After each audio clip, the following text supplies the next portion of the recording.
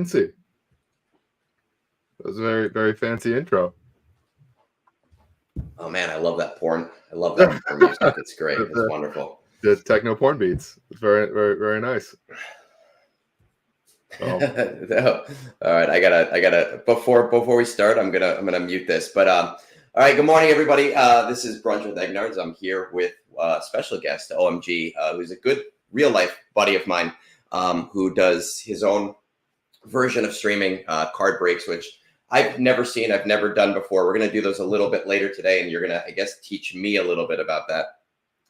It's a fun experience. I'm actually not familiar with the Galaxy of Heroes game, so I feel like we're stepping into each other's world just a little bit today. Well, you know, being that we're both in our mid-30s and we're both old, and we never get to hang out. Late 30s, not mid, late. Okay, late.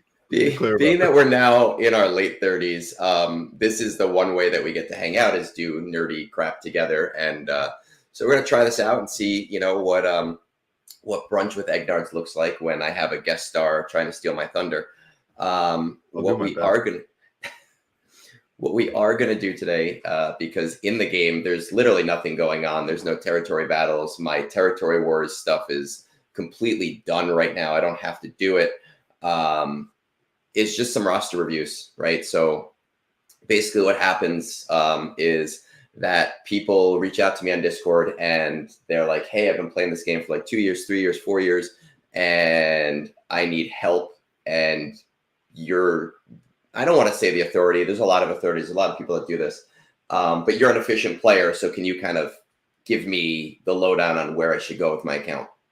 And I might end up doing that for you too, because I guess you started trying to play last night. I did. I downloaded it because I wanted to have a little bit of context, and you know, it was a lot of fun at the beginning. And to be fair, I'm actually a big Star Wars fan, so I'm surprised that I didn't know about the game, or maybe I did peripherally and I just didn't ever dive in. So I played it a bit last night, and you know, I definitely see the appeal. So it's a good time. You're being really friendly because as you get later into the game, it's super just a money and time crunch. I didn't want to talk about how every character I got was 1 star, and then there were like 7 empty slots next to it, and that kind of made me nervous. It gets pretty ugly pretty fast. So the first one I have up today is Ziggy77, and on my own screen, I'm gonna Ziggy77. On my own screen, I'm gonna pull up the messages that he sent to me on Discord. I like to read them in my nice ASMR voice and kind of give people context on what's going on and where we're going with that. Good morning, Warlock. Thank you for joining us. So let's see. Thinking about it, I'm not really competitive. So we have somebody who's a casual player. I'm pretty aware of my roster flaws, so he knows that he's screwed up. I don't need the review, but it'd be fun to hear what you say. And a lot of people that say they don't need the review, they very much do need the review. But we'll see in a minute. If you have some free time, that'd be nice. He bought me a beer ahead of time, which is really great. It puts a lot of pressure on me to perform when they do that, but no complaints. It's a courtesy. It's nice. It is, you know, and it's nice that we have websites where I can literally say, no, you're buying me beer, not food, not my mortgage payment, but just beer. That's what this is going to get used on. A beer. A beer, singular beer, because, you know, the prices the way they are right now. Also late 30s, so it's late 30s, 1-2 beers, and we're completely done. So a bit about my account, as I've seen people do that. My plan is to go for Executor after I'm done with SLKR, so Supreme Leader Kylo Ren, as I have neglected ships for far too long. Just don't find them fun. Nobody finds ships fun. Everybody hates ships. That's just the nature of ships. Then I want to farm Jedi Cal once his requirements are accelerated, which is coming up soon. Eventually move to Jedi Master Luke. On the side, I'm refreshing Dad Bod Boba. Man, I'm trying to use like the actual names of things so that you know what's going on. And it's Dad Bod Boba. I get it. It's testing my brain to remember the names of things. Every Proving Grounds. I know he's trash, so I want to get him. Other than that, I need work on relics. Okay. I asked him about his assault battles, which is just a monthly reoccurring event that is important for the ROI on an account. So Ground War Jedi CT1, Places of Power CT1. Okay, so both important. Secrets and Shadows, Mythic, which is bull, it's shit. the Inquisitors 1, nobody remembers the name of. CT1, okay, that's good. Forest Moon, CT1.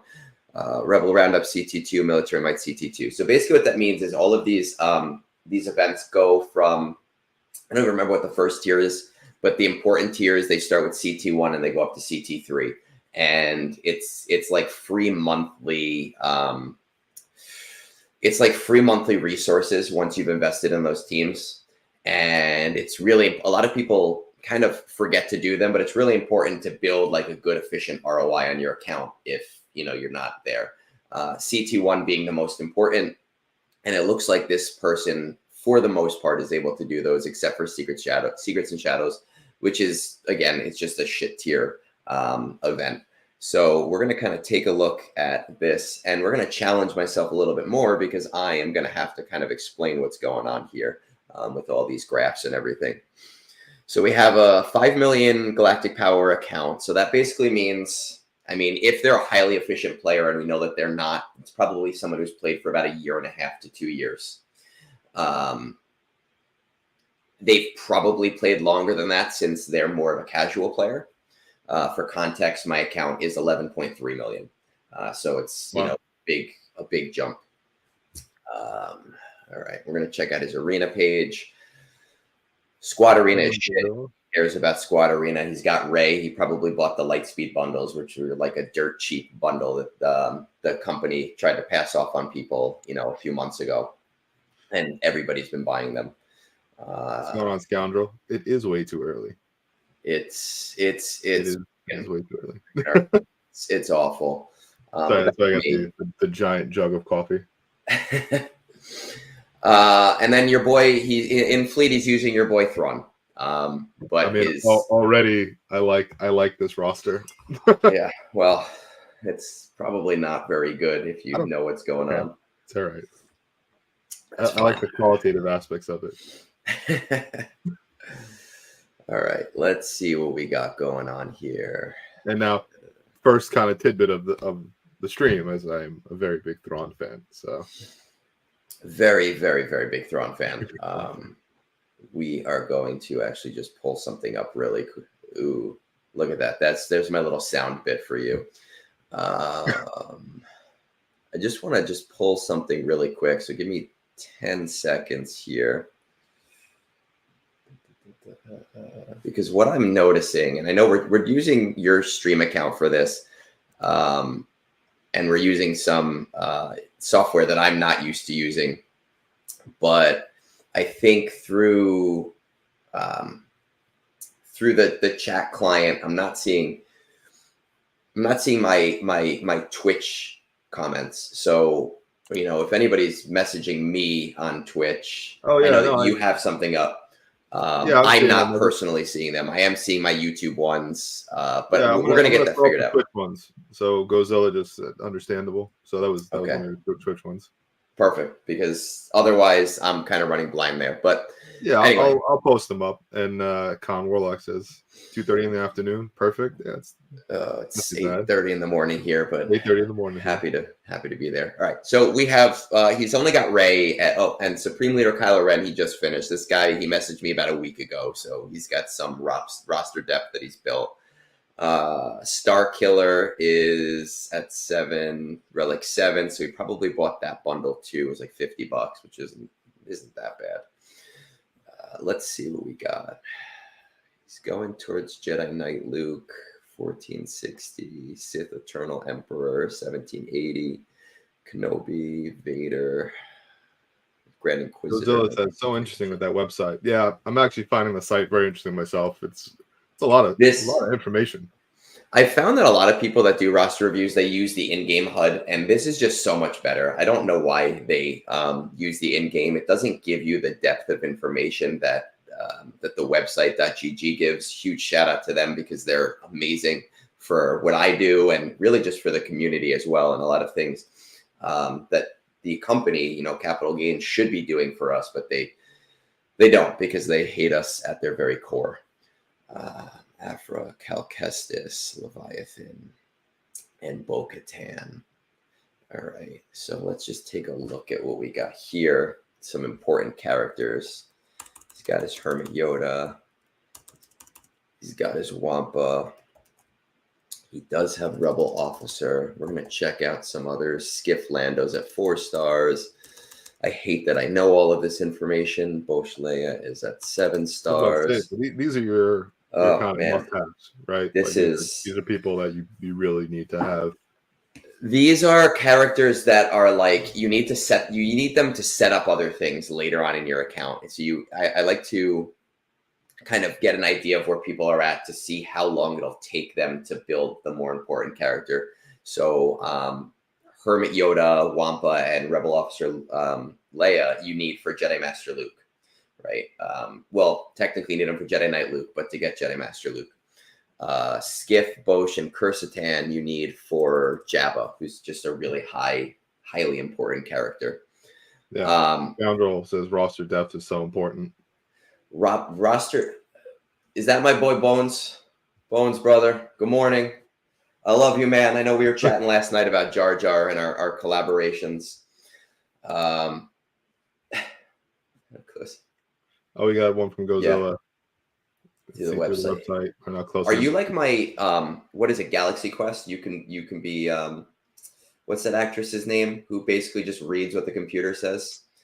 Oh, yeah, I can do this. Is that Sigourney Weaver? It's Sigourney Weaver. Of course it is. Oh my God! Are you saying that you're the attractive one out of the two of us? Yeah, I'll throw on a blonde wig if you want. I have my blonde Ken wig over here. So my boy Ziggy, he's kind of on the right track. He wants to go for Executor. We just had a big road ahead, which is like a big roadmap of the next 6 months and kind of what to do.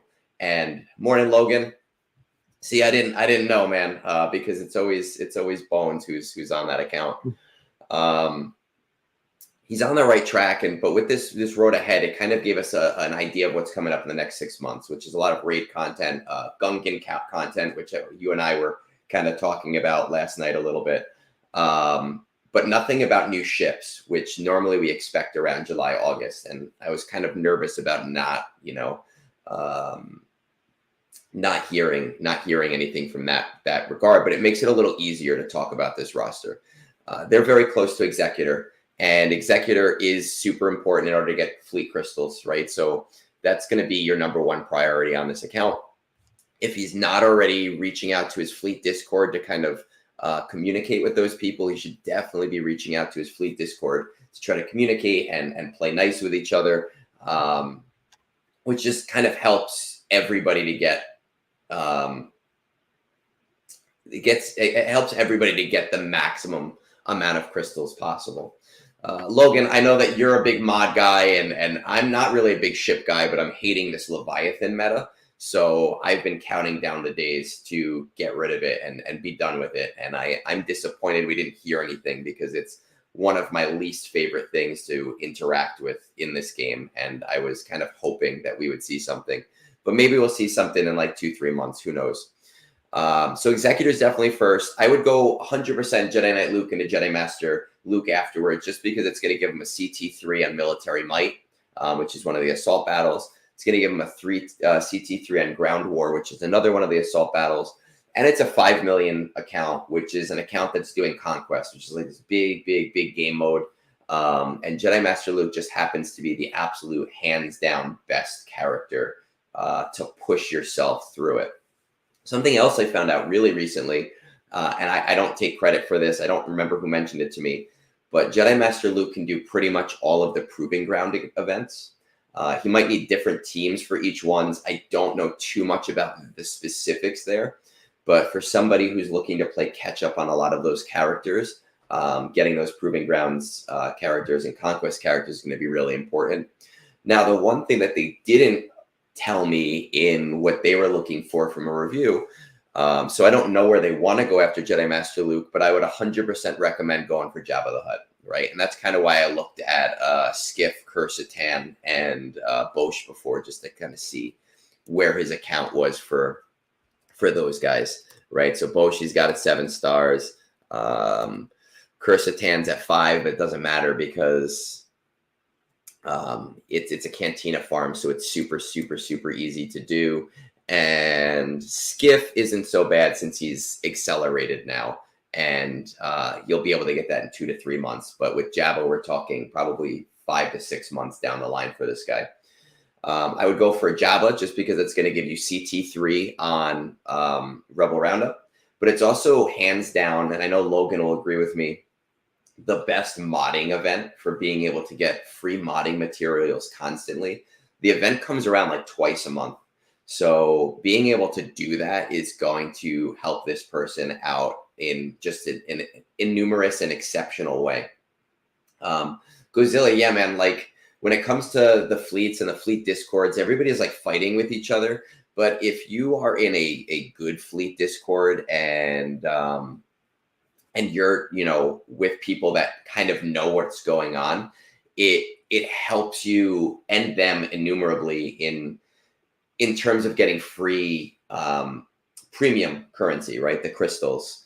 I get like 1,000 a day, and I know I'm going to need like 132,000 to get Jar Jar Binks, unless I can convince Logan to fund my account, since he's not going to spend any money on his account anymore after the release of Jar Jar.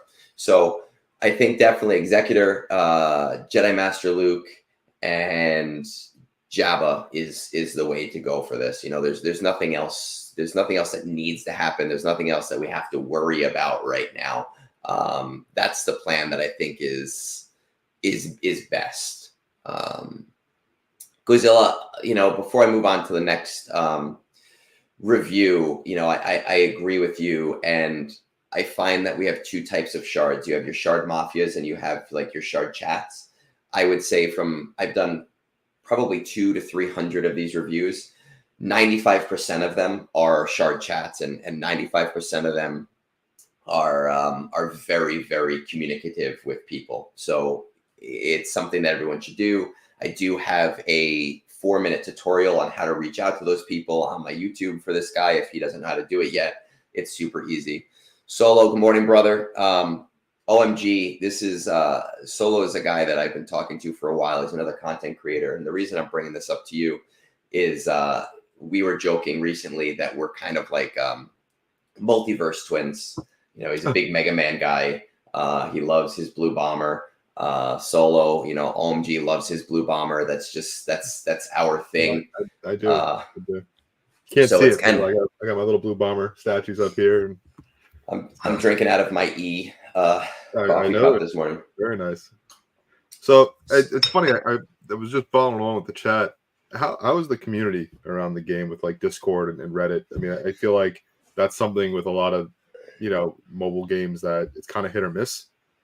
I think it depends on the day. You know, Discord is super awesome. There's a lot of really friendly people on Discord.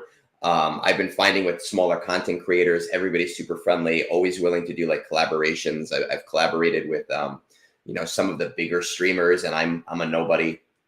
You're somebody to me. Three Scoundrels, who was talking in chat before. I've been on his podcast 3 times, you know, because he just can't get rid of me. And every week he swears it's the last one, and then boom, he hits me up like a late night you up text, and he's like, "Hey, can you hop on with us tonight?" So I've been doing a lot of collaboration. Now Reddit it's a toxic cesspool. You know, I'm on there. I enjoy it, but there are a lot of like really mean-spirited people. And I think that comes with like internet and anonymity and just the nature of the beast, which, you know, sucks a little bit, but there's good people there too. It's just about finding them is basically what it is. So what I'm going to do here is I'm going to X out this one. I'm going to pull up the next one. Like I said before, I like to timestamp these things. It makes my life a lot easier. So we're going to go at 20 minutes. We'll pull up J-Dove. Get my cursor. Oh, while you're doing that, Godzilla said the game's Discord sweet. I have such good relations with the Wooks. You know, for me, it's just I've been in different Discords, and some of them I think were maybe turned me off to the long-term investment into a game. Where if you do have, you know, smaller content creators that are also in the Discord, you can ask these questions and you can, you know, go through these kinds of profile builds. It does seem like it has a little bit more lasting appeal, you know, versus something like the, you know, Diablo mobile community, which I heard is like super toxic. So I actually stopped playing that because of some of my early interactions with that. With the people. Yeah, I think, you know, you might like this game, and, you know, maybe you'll end up spending way too much money on it like a lot of people do, but Probably. there's a lot of good stuff here. I did, by the way, I figured out how to kind of pull up my Twitch chat, so I can see it now, thankfully, for the, you know, people who are on Twitch. So I'm gonna pull up this next roster, and I'm just gonna change my time stop. J-Dove, he sent me a little bit of an essay, which is nice. It kind of gives me context. Senior videos. Currently able to get the top 10 in fleet with my 4-star Profundity and 5-star Executor. Most of the top 10 are Leviathans, so it's an older shard. Rest of the top 20 are 7-star Profundities and a few Executors. Assault Battle, CT1, 6 of 7. CT2, 5 of 7. CT3, 2 of 7. So without even looking, I'm going to guess based on that his account is probably around 6 to 7 million. My overall goal is to get best return on investment on my account, farm the most meaningful teams. I just unlocked Kat, Commander Ahsoka Tano, who's amazing. My main priority is getting her to relics. That's a short-term goal. My guild wants to start working on Inquisitors and Third Sister. Not against farming them. I'm an officer and want to be a good guild mate. I want to work on Jabba since he's going to help the guild in ROT and his Smugglers Run 2 event. I left the game in 2020, returned around the Ben Solo conquest. I have a shitload of G12 tunes. Also, the raid currency has made G12 pretty easy. Thanks for all you do for the community. All right, so let's see. He's actually a little higher than I expected. All right, so an 8 million account. His ROI is pretty good, but he's looking to shape it up just a little bit more. He's doing all of the CT1s, all of the important ones, because he's 6 of 7. But we're struggling on the CT3s. Let's pull up his arena page, see what we're looking at. Jedi Master Luke, great. That's a perfect one to have. Executor, top 5. It looks fairly consistent going from the beginning of February. But I don't know if he's communicating with his fleet Discord at all. I actually recently put that in my roster review thread, but this is from before that. So definitely, if he's not doing that, he needs to, you know, start reaching out to them. But at the very least, he is getting fleet crystals. Let's see what we got. This is This is Brunch with Egnards, and I know you do coffee and cardboard, which is why I have my coffee. But Brunch with Egnards revolves around alcoholic drinks. So this is my mimosa. So you're really starting the morning off right. This is my morning mimosa, Sunday morning mimosa. I don't judge. It's impressive. That's how Egnards does his shit. Let's see, Jedi Master Luke, Rey, Supreme Leader Kylo Ren. So 3 Galactic Legends. I'm willing to take a bet that they bought the Lightspeed bundles. Logan, what I'm going to say to you, man, is you should do a poll on whether you should fund your own account or whether you should fund my Jar Jar Binks Day 1. I'm pretty sure that your 3 Scoundrels community is going to vote for me because they want to see a Day 1 Relic 9 Jar Jar Binks. I'm just saying, I think that's the way to go with it. Let's see. We bought those. We have Jedi Luke, Sith Eternal Emperor. All right. Well, I shot my shot, man. I tried. All right. Let's see. Jedi Master, Lord Vader, Star Killer. Yeah, he's got Star Killer, Grand Inquisitor, Jabba the Hutt. Does he have Profundity? Shit, let's take a look. Maybe he just got Profundity after I messaged him on this. 4-star Profundity, 5-star Executor. Okay. What I would suggest definitely is invest more in that Profundity than the Executor. We're looking at Executor being 3 years old very soon. I don't know if it's still going to be viable going into the next round of play that we're going to have once the next fleet meta shifts. Profundity is only 2 years old, so it has a much better chance. So I would definitely focus there between the 2 ships. Executor functions rather well at 5 stars. Profundity, you're going to want that 7 stars eventually. You don't have to do that right away, but it's going to be the safer. It's going to be the safer route to go. Spotted a maxed out Chimera. Makes me happy. Everybody's got a maxed out Chimera. OMG, everybody. It's nothing special, man. It's special to me. It's nothing special. It's hurtful. It's okay. It does what it needs to do. Let's check out these Inquisitors. Second, 5 stars. Fifth, 3 stars. I can never remember their numbers. 5 stars. I think there's a 9th, right? 6 stars. And then who do I forget? 4th, 3rd. No, not 3rd. 6th. You know what? It's just be easier to do it this way and not look like a dumbass. 7th, 5th. So which one did I forget? 7th? Maybe 7th. Okay. We're going to check out this guy's guild, see where they're at. 319. We're going to pull up his guild's unit search. Inquisitors are a must-have, apparently. They are a must-have from like 2 years ago.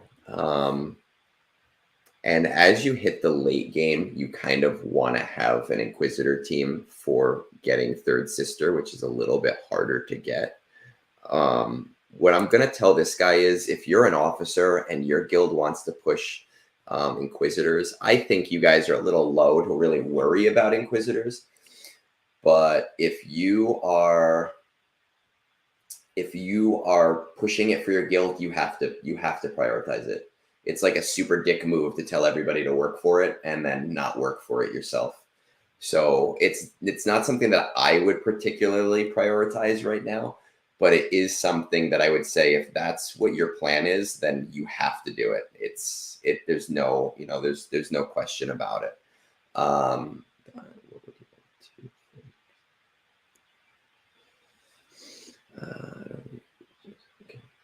What do you like to? Godzilla, man, elaborate for me. I get what you're saying a little bit, but if you can explain a little bit further, I'll happily kind of answer from my perspective. And while I do that, we're gonna check out these guys. Skiff, Bosch, and he's already got them. Look at this guy, Quercetan. Nobody cares. Quercetan is Katina. Let's see, Jabba. Okay. All right, so we don't know what the next Galactic Legend is, but we do know that this is like a more casual 8 million account. So going for GL Leia, which is something on the newer end of the spectrum, is not really a necessity, especially as we shift into the next raid in 5 months. It's really worrying about the ROI on the backlog of things that you have. In terms of Inquisitors, yeah, you have to do it just because you're forcing your guild to do it. Jabba is 100% where you want to go with this. It's going to give you Rebel Roundup CT3. And then like you alluded to in your message, it is going to give you Smuggler's Run 2, which comes around about twice a month. I was actually surprised I got the notification that it's coming out on the 20th, which is in 2 days. And we just had it last week. So that's going to really kind of step up your account there. Now, where you go from there, I don't think Gungans, are going to be a priority for your guild, and I think that the raid box that you generally are going to get is not going to overly be impacted by rushing them, so I wouldn't necessarily worry too much about them. After Inquisitors and Jabba, I just kind of want to check something. Gozella, I understand you now. I'm going to finish this up, and then I'm going to answer that question for you. Empire, okay. Let's see, military might. So that's rebels. All right, so we're definitely doing CT3 on military might. We should be doing CT3 with Jedi. Just want to get an idea. Probably doing that CT2 here. Rebel Roundup. Jabba will get you the CT3 though. Imperial Troopers. Piet Veers. Okay. So after you go for Jabba, this might be a semi-controversial opinion, but I do kind of I strongly recommend it. After Jabba, I'd go for C, Sith Eternal Emperor. You already have the backbone here with your Imperial troopers. He is on the easier side to procure. You do have a supporting cast for him right here. I don't know when you're going to end up getting Bane, who's dropping in 2 weeks. But if you're 8 million, you're probably going to see him in the 4 to 6 month range total. So that'll be in 1.5 months to 3 months and a half. And you're going to want Sith Eternal Emperor for that. But what Sith Eternal Emperor is also going to do for you is give you the CT3 on Forest Moon. Just by proxy of getting General Veers and Colonel Stark to R3, you already have a G12 range trooper. You don't have any of these other guys. Snow Trooper at G12 will be your 5th, and you'll get it super easily.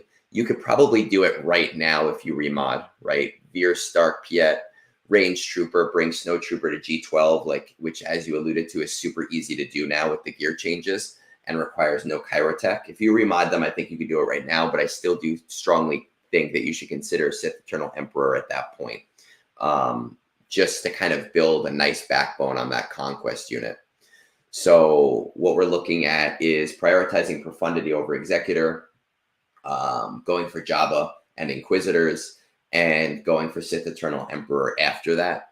I would not go further than that point in terms of planning because you have plenty of time, but that's going to help you set up the ROI on your account. And that's going to kind of help you in all aspects between Conquest, Territory Wars, and Galactic, whatever the hell it's called, because I turtle it. GAC, GAC. I don't know. I don't remember what it stands for. Galactic something fight players, whatever else it is.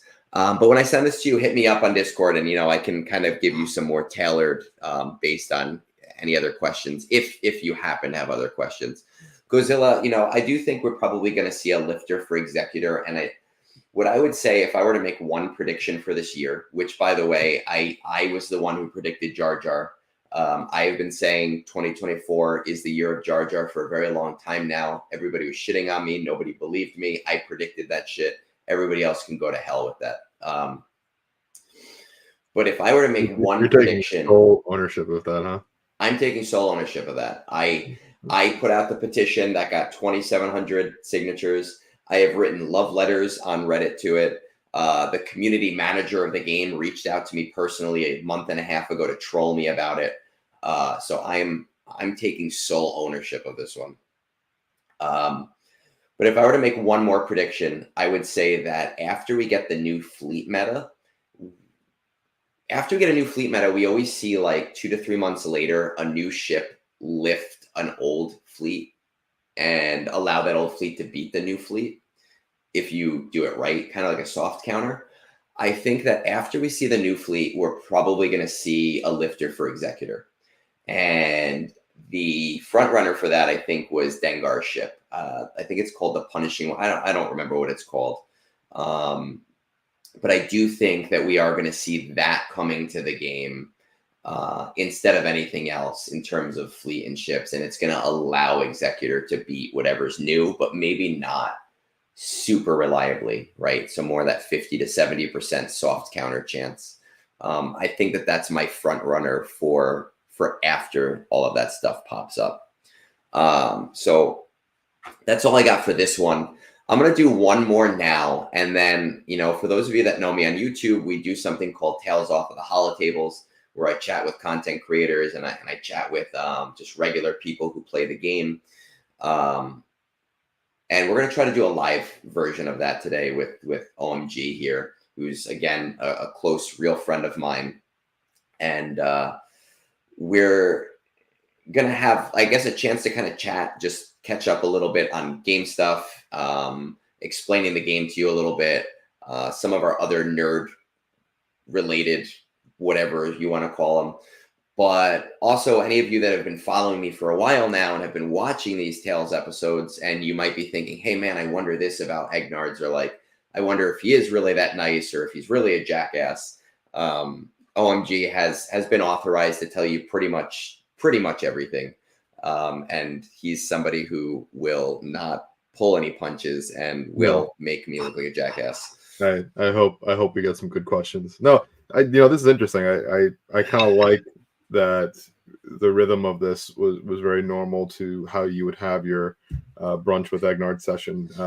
There's just so much depth with this game, and just how quickly you're seeing prerequisites for certain characters or for certain teams and support groups. I've been following along, and this is a slow burn. I mean, this is a lot of the big time commitment. So before I get into the next review, I don't know if you saw Warlock. I mean, obviously you don't play Star Wars Galaxy of the Heroes yet, OMG, but I don't know if you want to elaborate on that further.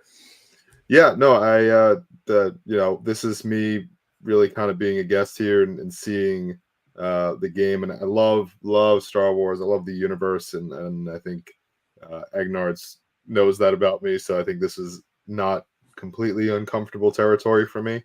But I did download it last night, and I could definitely see how this game could drive 2, 3, 4, 5 years from now. I mean, there seems to be a lot of tactical and operational strategies to it, which unfortunately I do enjoy, and I think maybe that was Egnards being a gentleman and not telling me about the game, because I have a problem of fixating on these kinds of things. So I probably would have gone down a rabbit hole, and I still might.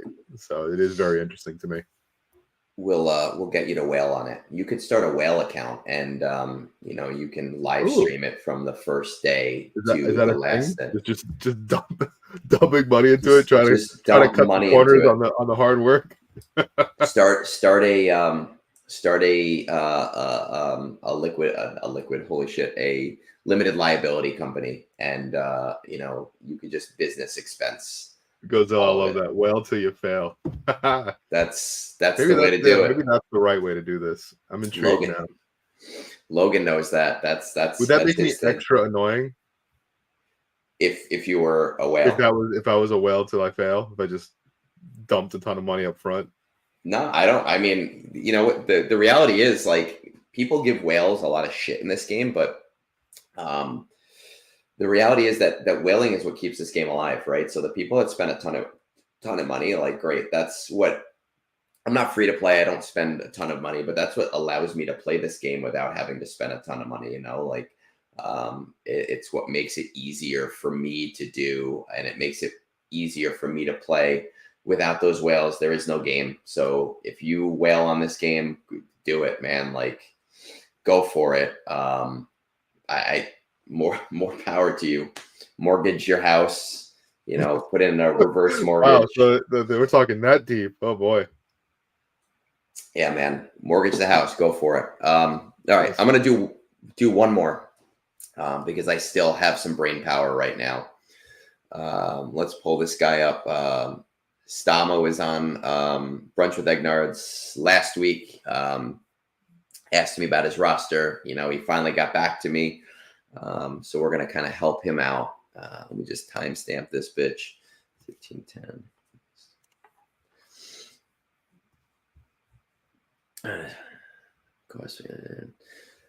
Oh man, Godzilla, dude, like I could talk about the ROI and like the cost and everything and the basis and the breakdowns. I could do that all day long. I've got spreadsheets all over the place. I was talking to Calvin Awesome yesterday, and I've been putting together this Jar Jar spreadsheet, and we were kind of like working on it and figuring out what it'll take us, because we're both big Jar Jar guys, what it'll take us crystal wise to be able to get there day one. So a lot of math goes behind the things that I do in this game. All right, let's see what we got here. Let me pull him up on Discord. If I remember correctly, he was telling me he's a college student, so younger guy. Fleet is mostly 7-star Leviathan, so we have a longer-term player. Just got into Shard Chat. All right, so that's nice.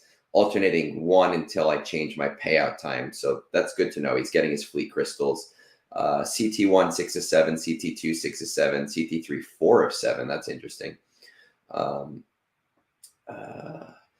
Secrets and Shadows, Rebel Roundup, and the Inquisitor one. So those are the ones he needs, I think. I am a daily player, occasionally taking off TW because TW sucks. Try not to make it a time sink, but it is Star Wars Galaxy Heroes. I am finishing up Leia's Ultimate, ready to do the Afra event. 10 of 100 on Profundity, Executor, and Leviathan. So we got all of them. Trying to save crystals to finish Leviathan this next time. 260 of 330 on Malicos, 260 of 5 on Dark Trooper Moff Gideon, who I call Armored Gus Fring personally. 290 on Trench. I'm farming Proving Grounds for Trench. 150 on Bane. So he's not getting Bane this next month, but he is going to be relatively close to that 4 to 6 month timeline. Don't know where to focus next. Next GL or any Omicron ideas would be helpful. Avoided Kylo and Rey due to Lightspeed bundles. Mods aren't great, but not horrible. Thanks again for your time. All right, so let's see this guy. Kyber 3, 9 million account. We know he's alternating payouts, so he's in contact with people. He's got his Leviathan. And it looks like he's climbing with Chimera, which you can do with the newer fleet compositions. But he doesn't look as consistent as he implies that he is, though it's new.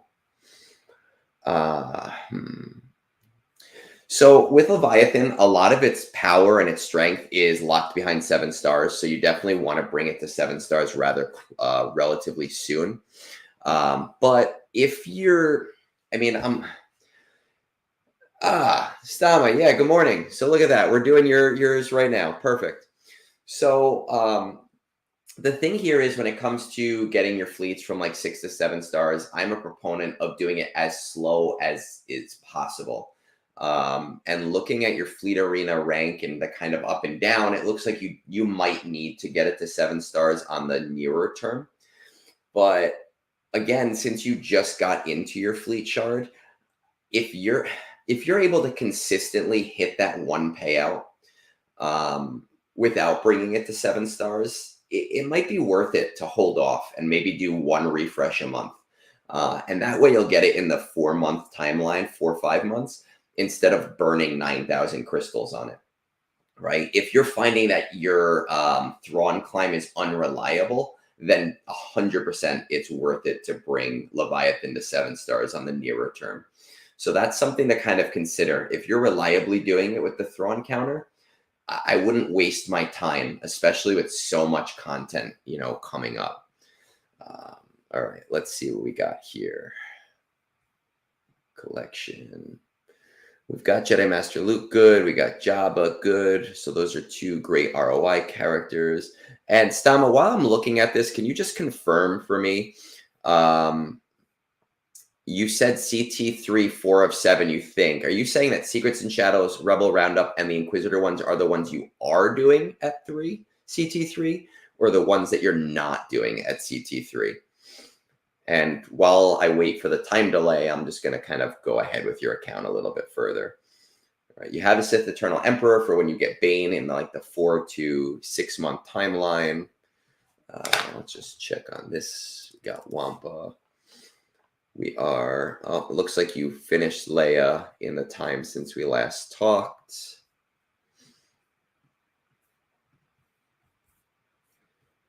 Okay. Did not buy those. Jedi Master Kenobi, Lord Vader, Star Killer, Grand Inquisitor. We have all of these. Leviathan, Afra, Kestis, Bo-Katan.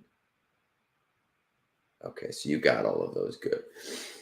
You have a pretty what's the word? A pretty efficient roster, which is nice. 4, 5. We have 5 GLs, which means we're missing SLKR Rey. I don't think they're priorities. If you didn't buy the Lightspeed bundles, I wouldn't. It's not that I wouldn't bother with them. They're definitely worth doing, but I just think that they're not necessarily priorities for you right now. And Lord Vader, who I happen to like, but a lot of people don't. You might want to consider going for Jedi Knight Cal Kestis. you're in a 500 million guild, and I'm assuming they want Zepho. You know, for people in these higher guilds, being able to do Zepho is a pretty big deal because it's basically a free star, which is free crystals basically every time you do TB, and free. Well, you have baby Cal. You don't have this Cal. Oh, maybe you do actually. Let me just double check. I don't know why it said that you don't have them. Let's pull them up real quick. Gear needed. Maybe it's just bugging out. Cal Tarful. All right, maybe it's just bugging out, or you might be waiting for him because of that stupid event that's coming up. But regardless, you have what you need for him, which is, yeah, okay, you do have him. I don't know why .gg is kind of telling me that you don't have them. I think it's just a bug with the fact that that they're all G12 requirements instead of relic requirements. We've got Darth Malgus, obviously. So we got the road ahead on Friday, which is crazy. We never get the road ahead on a Friday. We always get on like a Tuesday. I was a little bit pissed off. I came home, I ran into my house, I kissed my wife, and I was like, hey, I need to go into the other room. I got to do this. I got to do this thing. I got to make this video. There's a lot of stuff coming out now, and you're in a 500 million guild. The road ahead significantly changed what I'm doing with my account. I was going full steam ahead on Bo-Katan. I was doing 2 refreshes on Keller and Beck. I was doing 1 refresh on 812. I expected to be done with it in a month. I've completely stopped refreshing those events because, you know, we've got the 4 Gungans coming out. We're having Jar Jar come out. We're having Queen Amidala come out. We have the new raid coming out in July, and you're going to need those Gungans for the raid, and they're going to definitely be Kyrotech heavy. So I don't want to say you should be in a holding pattern. I don't think holding pattern is necessarily the right word for what you should be doing right now. But I do want to say that you should be more cautious about where you're putting your resources if your guild is going to care about this raid. It's, you know, we don't know what to expect. We don't know what the reward structure is going to be like. We don't know if it's going to be easy like the Leia raid. We don't know if Jar Jar is going to kind of be like the Jabba of the crate raid, and he's going to just be so solid that you can't do without him. We don't have any idea. So I would say stay slow farming on your shard farms, right, with Bo-Katan. But I'm really nervous to tell you to go for something, knowing that all of this stuff is going to be coming up that is really important. I know that you're not a spender. We've talked about this, and your timeline for the Gungans is going to be much slower. So when I say you should be in a holding pattern, I don't necessarily mean don't spend anything, but I do mean it's hard to go full steam ahead on things.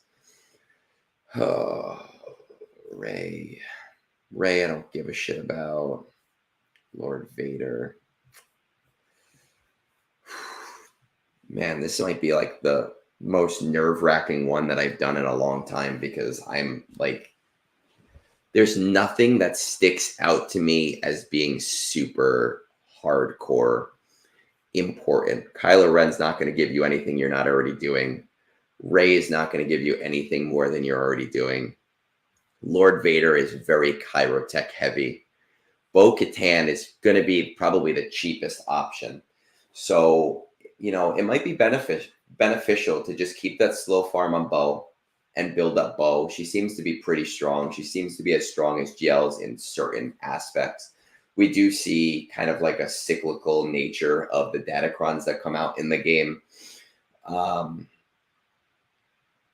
And by the time you're done with her, you'll probably be farming a lot of that Phantom Menace content that's coming out. So for right now, I would stick to smaller projects. I'll just kind of take a look at what you got for these Omicrons. Maybe there's something that sticks out. Star Killer, we got one. Do we have Third Sister yet? Definitely bring Third Sister to Relics. Give her the one Omicron. I don't remember which one it is. I'll actually pull it up in my game right now. I'll tell you which one the important one is. I'm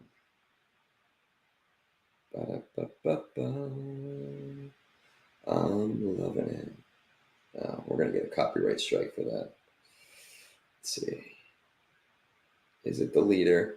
Yeah. I put an Omicron on Third Sister's leadership, and I would definitely bring her to Relics as a smaller short-term investment. She's going to serve you really well, and it's not going to be expensive because you already have the G12 on her. More than, anything else, she is going to be a priority for you. Let's see what else we got here. Drogon, Hondo. Check out these guys. Do we have Savage? Savage might be another really good Omicron for you to get, right? You already have him at G12. So again, it's going to be a really low cost investment for you to bring him to Relics. I just don't think it's smart for you to take on a really big project right now with so many big things. Bo-Katan will take you like 2 to 3 months. So it's not this terribly big project that you're going to have to deal with. It's going to be much smaller. And at that time, those Gungans are going to be farmable.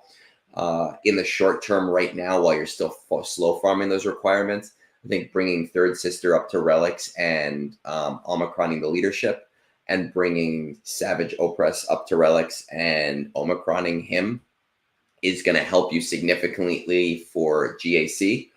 But I really would be in a holding pattern because your guild is going to want you to do that raid content. And we don't know anything about it right now. We just know, hey, maybe these guys will be used, or hey, maybe these other guys will be used. We don't know.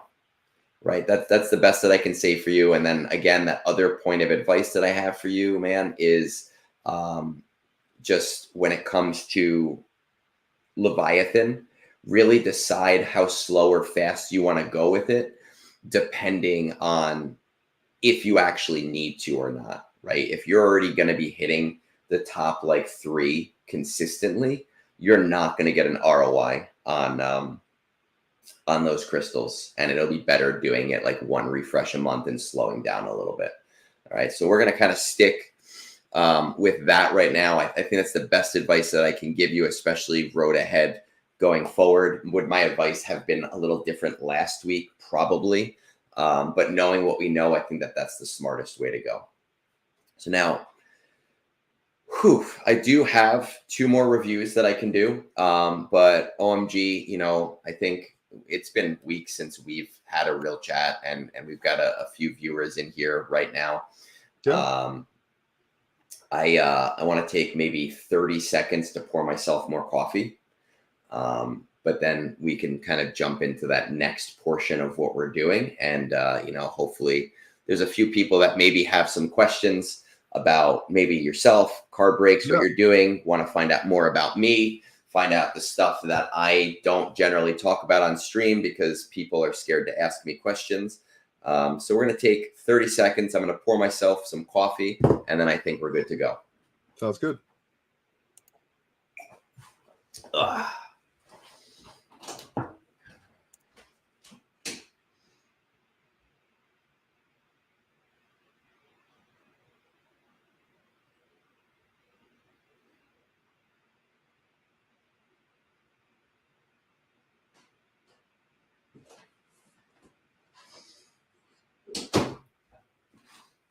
My cat is laying down over here, and it's actually kind of crazy that she's not jumping on top of the laptop and shutting these live streams down. So I'm excited about that. Now you've willed it into existence. Now we've willed it into existence. She's starting to wake up. She's like, oh man, what's going on? I don't see a reason to do my normal bullshit intro for Tales Off the Holotables, but for those of you that don't know, Tales Off the Holotables is something that I do on YouTube. I talk to big streamers, small streamers. I talk to regular players, people who, have something to say, but maybe don't have the platform to say it. I've talked to statisticians to kind of disprove a lot of the math theories that people have on this game. OMG, you definitely know this about me. I'm a huge contrarian, and when people give me information, I'm going to point out and be very pedantic and be like, well, wait a second. And that's kind of where I've carved out my niche in this Just to be game. clear, for fun. Not because you're right or wrong, just for fun. In the context of talking with you, yes, just for fun, right? But in the context of this game, there's, you've played like a wrestling version of this game, right? Like a WWE version. Yeah, for a long time, yeah. Do you still play? No, you gave it up. Honestly, it's funny. You kept talking about return on investment. A lot of these games, I don't think you get the return, or you don't get content in a way where you're building towards, doing a raid or being part of a guild and like really kind of long-term interest. I think a lot of it is catered around, how do I get you to spend more money bi-weekly? Like that's so you've met capital gains. I have. I have. Okay. In some way I have. So, or we should, call them capital gains. I mean, I don't know. That's that they were trying to hide that in there. So the way the game works, and you played a little bit last night, is that you do these nodes and you drop these, and they drop these shards, and there's specific drop rates for these shards. And since the beginning of the game, a lot of much smarter than I people have tracked the drop rates and said it's pretty much agreed upon that every single drop has a 33% drop rate. No questions asked.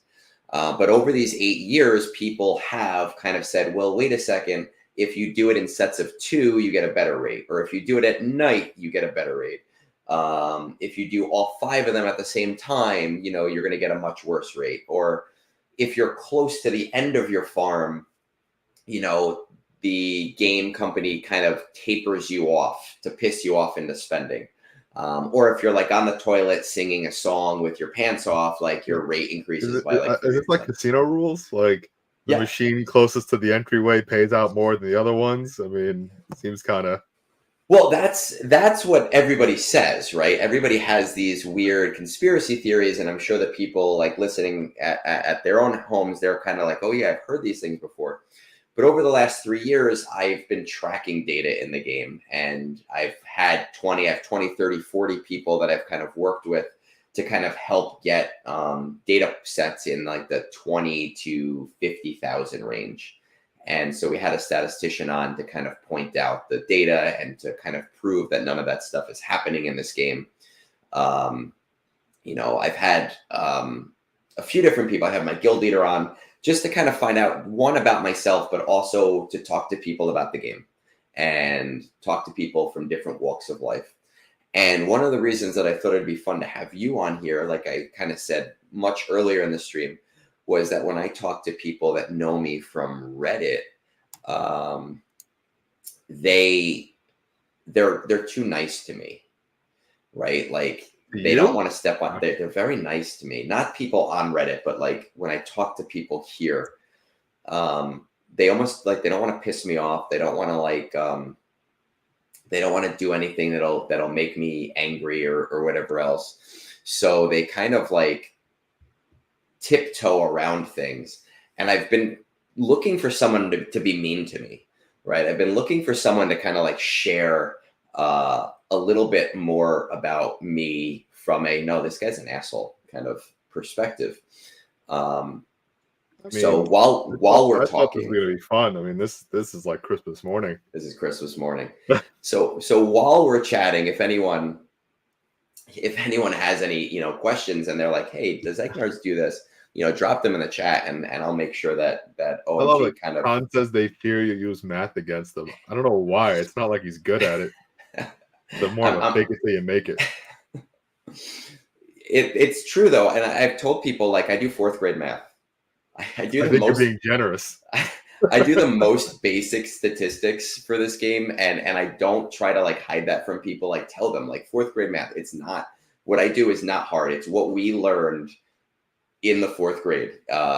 It's again, it's not difficult, but that it kind of brings me back to what Godzilla said before with like supporting my R9 Jar Jar Binks.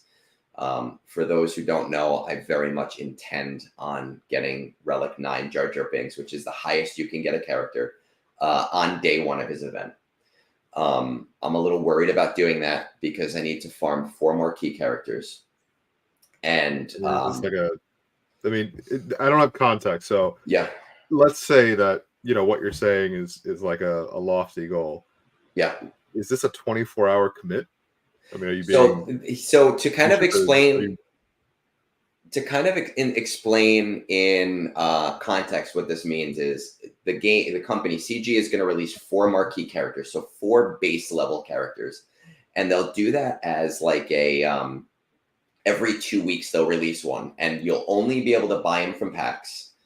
And then 3 weeks later, or actually the average is 29 days. I tracked it last night with Calvin Awesome over the last like 10 events. 29 days later, it'll be shipment farmable, which is like you can get them with premium currency at half the value.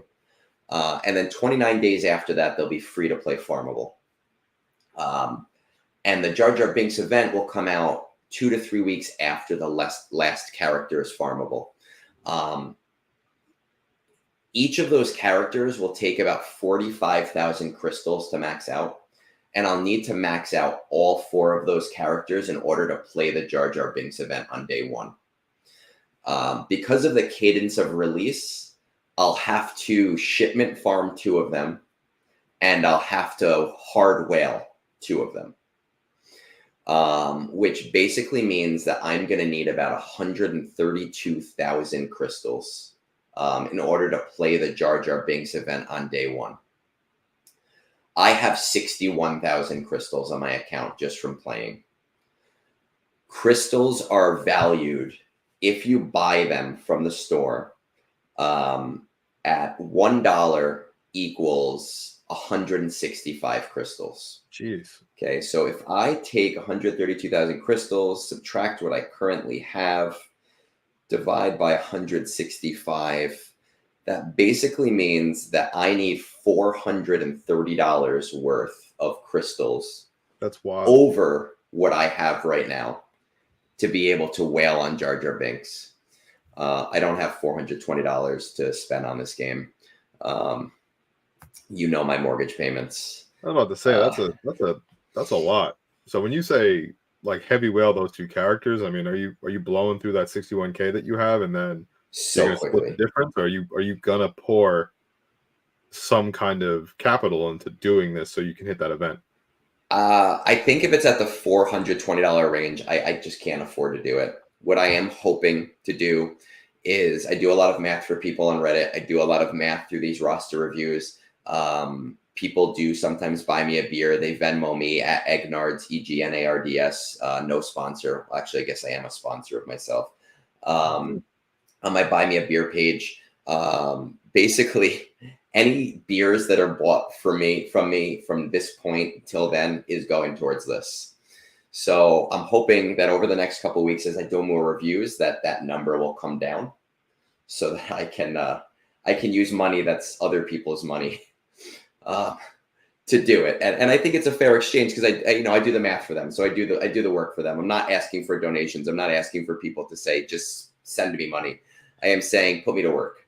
Well, yeah, I was about to say, I think it makes sense when you have this kind of content creation. I mean, I think that you're investing in seeing someone that you would consider professional go through the process and watch to see kind of what happens. I think that's, to me, it's funny. It's eerily similar to something we'll talk about later with breaks. Is you want to buy a box of cards, right? And it costs like $400 or $500.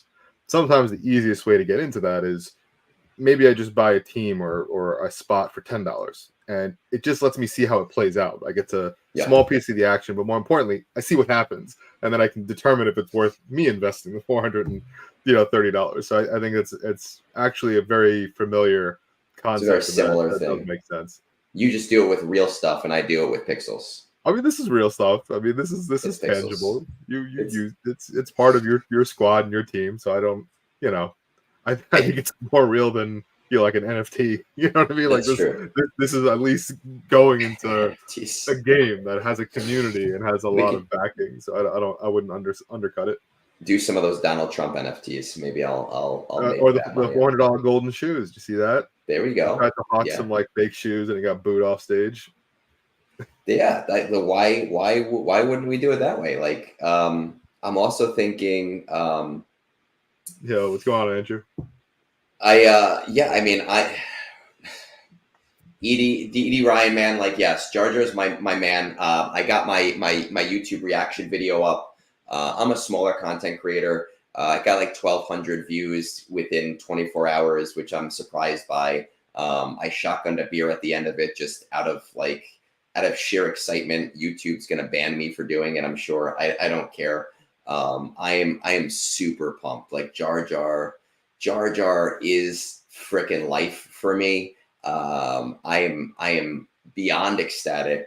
And like I said, I need about 70,000. I think the day that his first marquee drops, I'm gonna do like a live telethon, right? Wow. I'll have like my Venmo up at the top, and I'll bring in special guest creators and jugglers to. You'll just have people help provide sustenance so you can keep going. To try to farm my Jar Jar for me. Uber Eats myself, so I don't have to get up and stop playing. I'm taking that day off from work. Like, I'm just gonna sit at home and do an all-day live stream, trying to make up that money. I think that actually I might do that. It might be funny to do that. So I just saw a comment and somebody alluded to it beforehand. So Edie Ryan said the petition worked, and again, before someone was mentioning about the petition, and then you commented about the petition. Yeah, so let me kind of. Is this real? Did you really petition the game creators for this? I don't have it on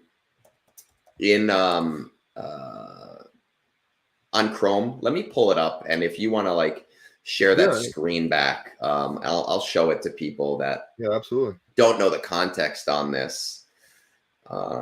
I'll pop it on Google. There we go. So basically what ended up happening is about a month and a half ago, Meathead, who's the community manager of the game, he, in one of the Discord servers, had dropped and said, hey, someone should start a petition to bring Jar Jar the game if you want him so much. And I happened to see that message, and I'm pretty sure he was kind of trolling me personally for this.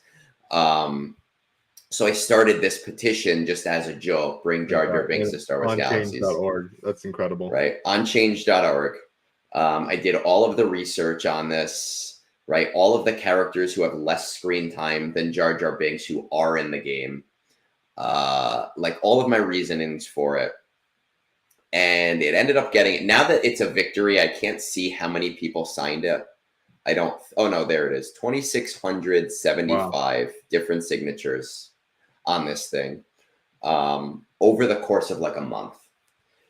And about maybe 3 weeks ago to a month, the community manager reached out to me and he sent me a screenshot of my petition with like some trolling remarks. And I kind of took that as he knows that Jar Jar's coming to the game. He just wants to piss me off. And he knew what he was doing. And the day that they announced it, I actually messaged him on Discord. I called him an old dirty bastard, and he laughed and giggled. I mean, you're kind of like the John Oliver of this game. I mean, like you're just going after capital games and like holding them accountable, doing like a really well thought out petition, getting the character into the game. I mean, this is trolling at its finest. That's a good way to, John Oliver just likes to spend HBO's money. I don't like to spend my own money. That's not a bad way. Community union rep. I think it's pretty impressive. That is a good way to look at it. I'm kind of low key hoping he sends me some crystals. I don't think he will. I'm not gonna push him for it. I'm not a beggar. We got it. I'm happy. Some way he does see the stream. Maybe he can, provide a little extra so you can hit that Jar Jar Binks goal. That's the least he could do, since you are the reason why he's in the game, right? I would like to think so. I know it was probably already in development, but I would like to think. Say I am the reason Jar Jar's in this game, and if anyone else disagrees, they can go pound sand. that is it going, to my head, but I'm super excited. I'm pumped. I have been trying, for those of you who are listening, I've been trying to get him to do a Tales Off the Hollow Tables episode with me. Oh wow. He did message me about it. We have talked about it a little bit. I would like to see him come on and chat with me. I don't think anyone has done that with him yet. I know in the past, community managers have chatted with content creators. I think that this will be the first time for him. So I am hoping, and I'm kind of like, we'll see what happens. Oh, thank you, D. Ryan. It's OMG Card Pulls on YouTube. Thank you very much. I appreciate it. Yeah, while we're chatting, I'll pull that up and I'll send a link to him as well. I appreciate it. And I think it's also maybe a good segue into this Tales from the Hollow Table, just kind of getting into the personal. I thought that was, when you reached out to me, I thought this was kind of interesting, because even from my own, experience with streaming and my own kind of content universe, you don't often actually get the perspective of the personality. You don't know the person behind the camera. And we talked before the stream, this is actually very different, because typically in my universe you don't see who I am. You have no idea. You see my hands, I break cards, so it's a top down effect. I'm a hand model. Yeah, essentially. You don't ever see who OMG actually is. So I thought how interesting that this version of the series for you brought in somebody that has known you for 2.5 decades. Is that weird? 2.5. We're almost 37 at this point. I think it's and 2.5. What was it? The 8th grade years. Something like that. We've known each other a very long time. Yeah. What I did want to ask you about these card pulls, I was thinking about it this morning. I know you do baseball cards. I know you were talking about Star Wars cards. You've done Star Wars cards in the past. Yeah. Do you do like TCGs at all? It's very funny that you said that, because we actually are just expanding into that realm. Okay. We had a lot of people that had brought in content and interest around Pokemon, and Lorcana was a big one. And now Star Wars Unlimited is coming out. I don't know if you heard about this. It's kind of a big TCG, and a lot of people are behind it. And I think it comes out in a few weeks. So I believe that that's something that would be very exciting, because I think the concept of breaking is not just for sports. I think it's the same idea we just talked about, which is you want to make these things readily available to people that maybe can't invest the capital or can't afford it, right? Maybe I can't go to a game store or go to an online store and spend, $150 on the latest Magic set. But maybe I can buy into a break and get some cards, and then use those cards to get credit on trade-ins, and then buy more product myself. It's a really smart way of investing. And then in time, you kind of get to build your decks. You get to be a part of the game. You get to, eventually, even though it might be a little bit longer than the people that invest early on, become competitive in it. So I think TCG is going to be fun. And I really do want to do Star Wars Unlimited. I think that comes out in a few weeks. I'd love to get a couple of boxes and actually just do a break and say, look, I've invested 300. We'll do 30 spots. We'll do it by, name, or, we can figure out a way to do it. $10 a spot. And then people basically walk away with a lot of cards, and they can kind of start playing without having to put in the $200 or $300. So you're like a nerd bookie. Yeah, pretty much. That's what you do. That's your hobby. Much. I talk to people and I help them, and you are their bookie. Pretty much, yeah. I mean, I'd like to say I'm a bringer of joy. I think that's a better way of saying it. I'm like Santa, bringer of joy, breaker of legs. It's the same thing. Well, when we do these breaks, we get people in the community that you probably have a very similar experience. People that really enjoy the sport and they enjoy the hobby. Collecting cards and comics, I mean, it's a hobby. People have been doing it for decades, right? So there are people that truly are like, I'm a huge Yankee fan, or I'm a huge Colorado Rocky fan. And, I don't want to spend $500 to buy these box of cards. I'll spend $15 on the Colorado Rockies, and I get any card that's from that team. Or football. Football was a big one. Right up into the Super Bowl, people were just breaking football cards, and you had people basically just fighting for their teams. Nobody wants to spend $2,000 at a chance at getting an auto for their team, but they might spend 50 to 100 just to buy the Jets or the Giants. So, I think I'd like to say I'm like a nicer owner of a casino, right? I'm gonna take your money, but I'm just not gonna take all of it. But you're gonna smile about it. Yeah, I'm super fun and happy. I'm gonna pat you on the back on the way out. Now, there's something that Solo had mentioned earlier that I'm going to jump to in a second, but I think he had just asked a question that's kind of like right up your wheelhouse, because you are the dork that knows the price on everything, right? Like your dad was into like comic books and memorabilia. You guys go to like Comic-Con every year. You have booths set up at these things sometimes. When Solo Straight asks about the Goldenrod C3PO from the 70s, I have no idea what he's talking about.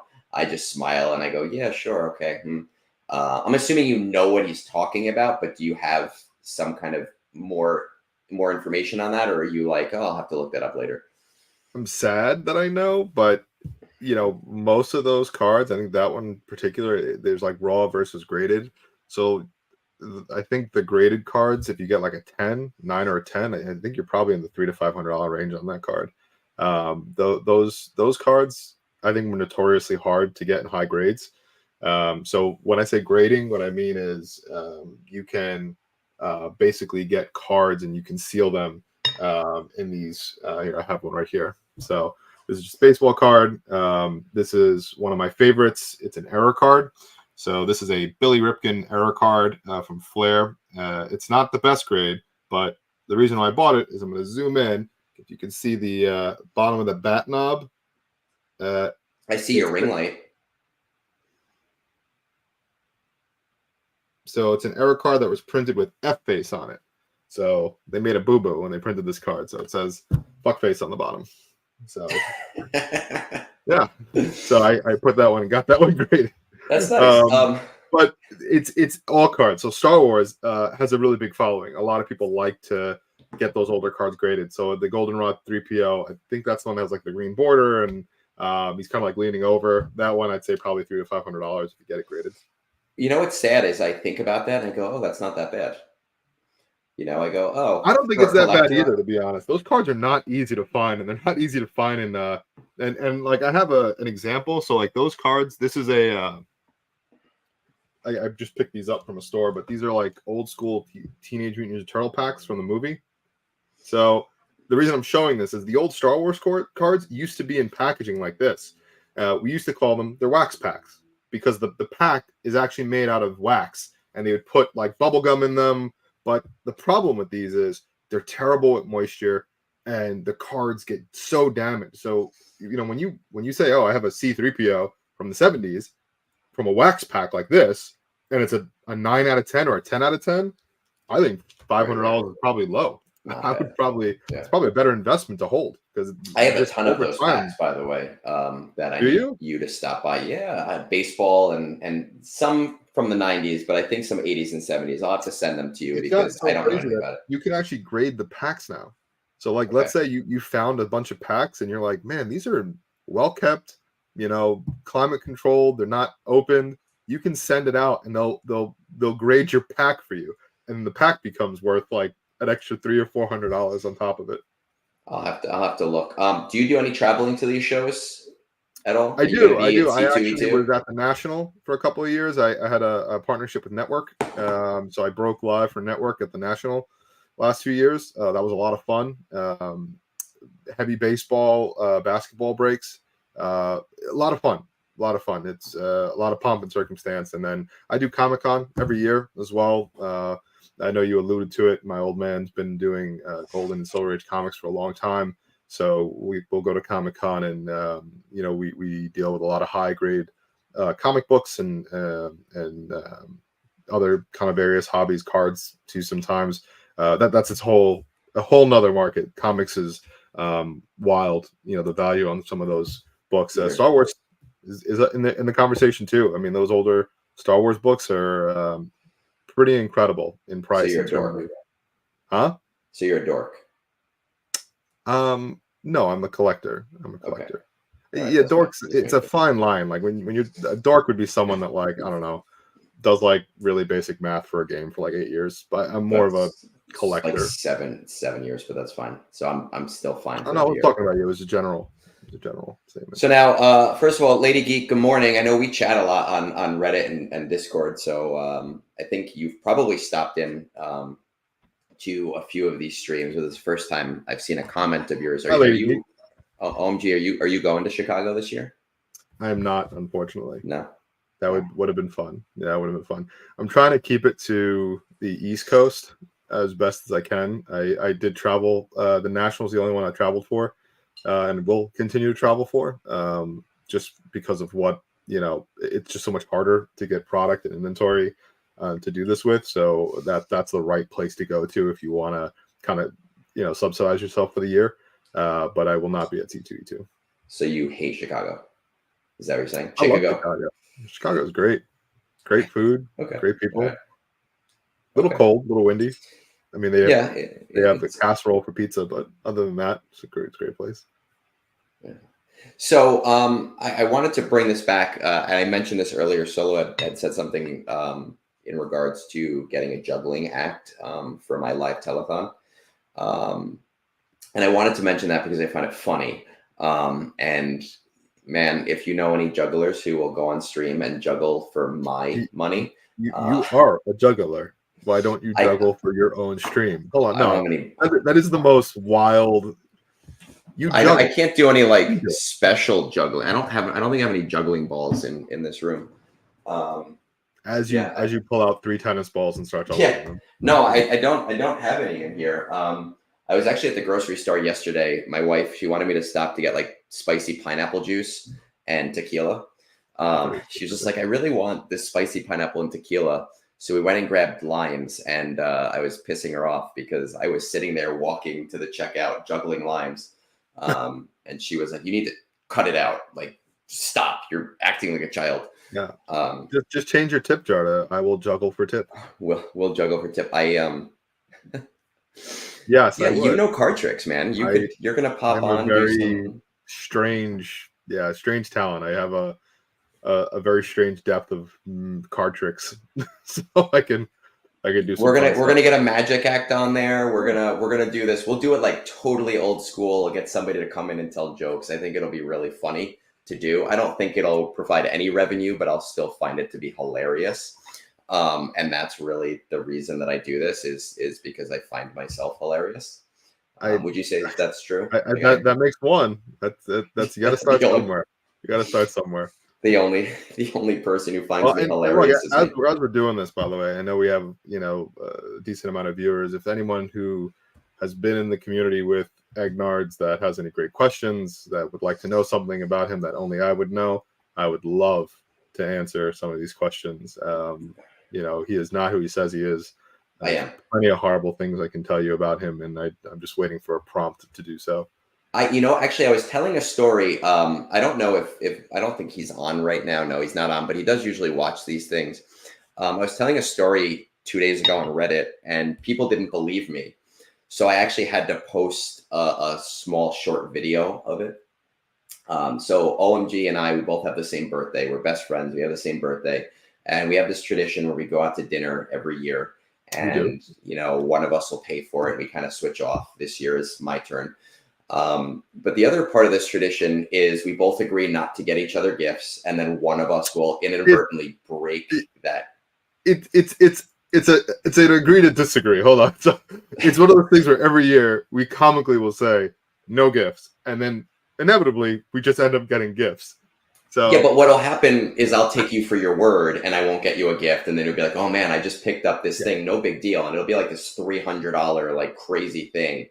And it'll piss me off, right? Because I'm like, I didn't fucking get you anything. I hope you understand that it's less about the fancy gift, more about the pissing you off. Which is where I'm getting to with this story, because I was telling it on Reddit. So last year we went out to dinner at a fancy steakhouse, and that's like the one fancy dinner I do every year. And I bought you a cocktail smoker, and I got a one-up on you, and you were really pissed off because you didn't get me anything. And 3 weeks later, you sent me Elden Ring. as a late birthday gift, knowing that I hate Souls games, right? That I hate them so much, and you thought it was funny to spend $50 on pissing me off. Well, I think there's also more context that's needed to it.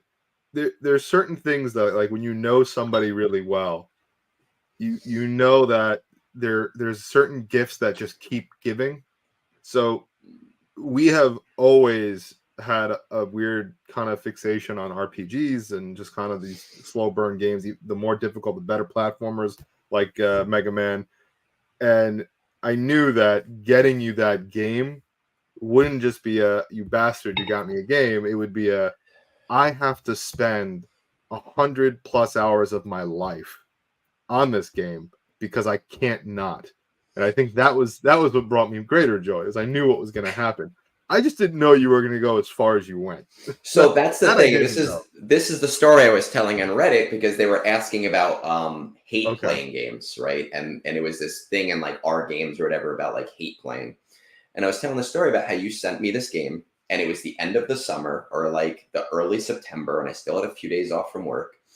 And just as a giant like FU to you, I decided like, hey, I am going to sit down and I am going to 100% this game, just so that I can send you a screenshot of my middle finger and the platinum trophy and say like, hey, fuck you, man. Like, I did it. I know you didn't expect me to do it. Which is also a double kind of FU, because I was also playing the game at the same time. And I was pretty aggressively playing it. So you kind of also took the wind out of my sails. So what I ended up doing, I think it took me 4 or 5 playthroughs, and I didn't realize this at the time, but it took me, I can't go into game to see my actual save file because I have literally deleted the game from my PS5. I've sold the game because I don't want it in my house. You sold my gift? I sold your gift. I don't care. I got rid of it. It needed to be out of my house. I don't know how I feel about that. I don't care. Section, I would like to hear everyone's opinion on that. Selling. Do you still have my Pennywise Funko Pop that I sent you? My Pennywise Funko Pop That's not the same thing. Yeah, it is the same Actually, thing. I'm pretty sure it's upstairs somewhere. Well, it's next time I come over, it's upstairs somewhere. We're gonna see about that. So I can't see my actual save file. I don't know how many hours it took me to actually 100% it. But what I was able to do was look at how many hours I've spent in game, because PS5 tracks that. And I 100% of this game that you're telling me I should have spent over 100 hours on in 92 hours. And people on Reddit were like, I call bullshit. Like, there's no way it'll take you 70 hours, 80 hours just to do the first playthrough. So I went back and I took a video of my screen, and 92 hours, 100% in Elden Ring. It's either 4 or 5 playthroughs, just so that I could send you a screenshot that said, fuck you, man. Which, by the way, it's not a hypothetical. That is exactly what I received. And solo, yes, I do figures, cards, comics, everything. So we're actually ramping up to do a really cool Whatnot stream.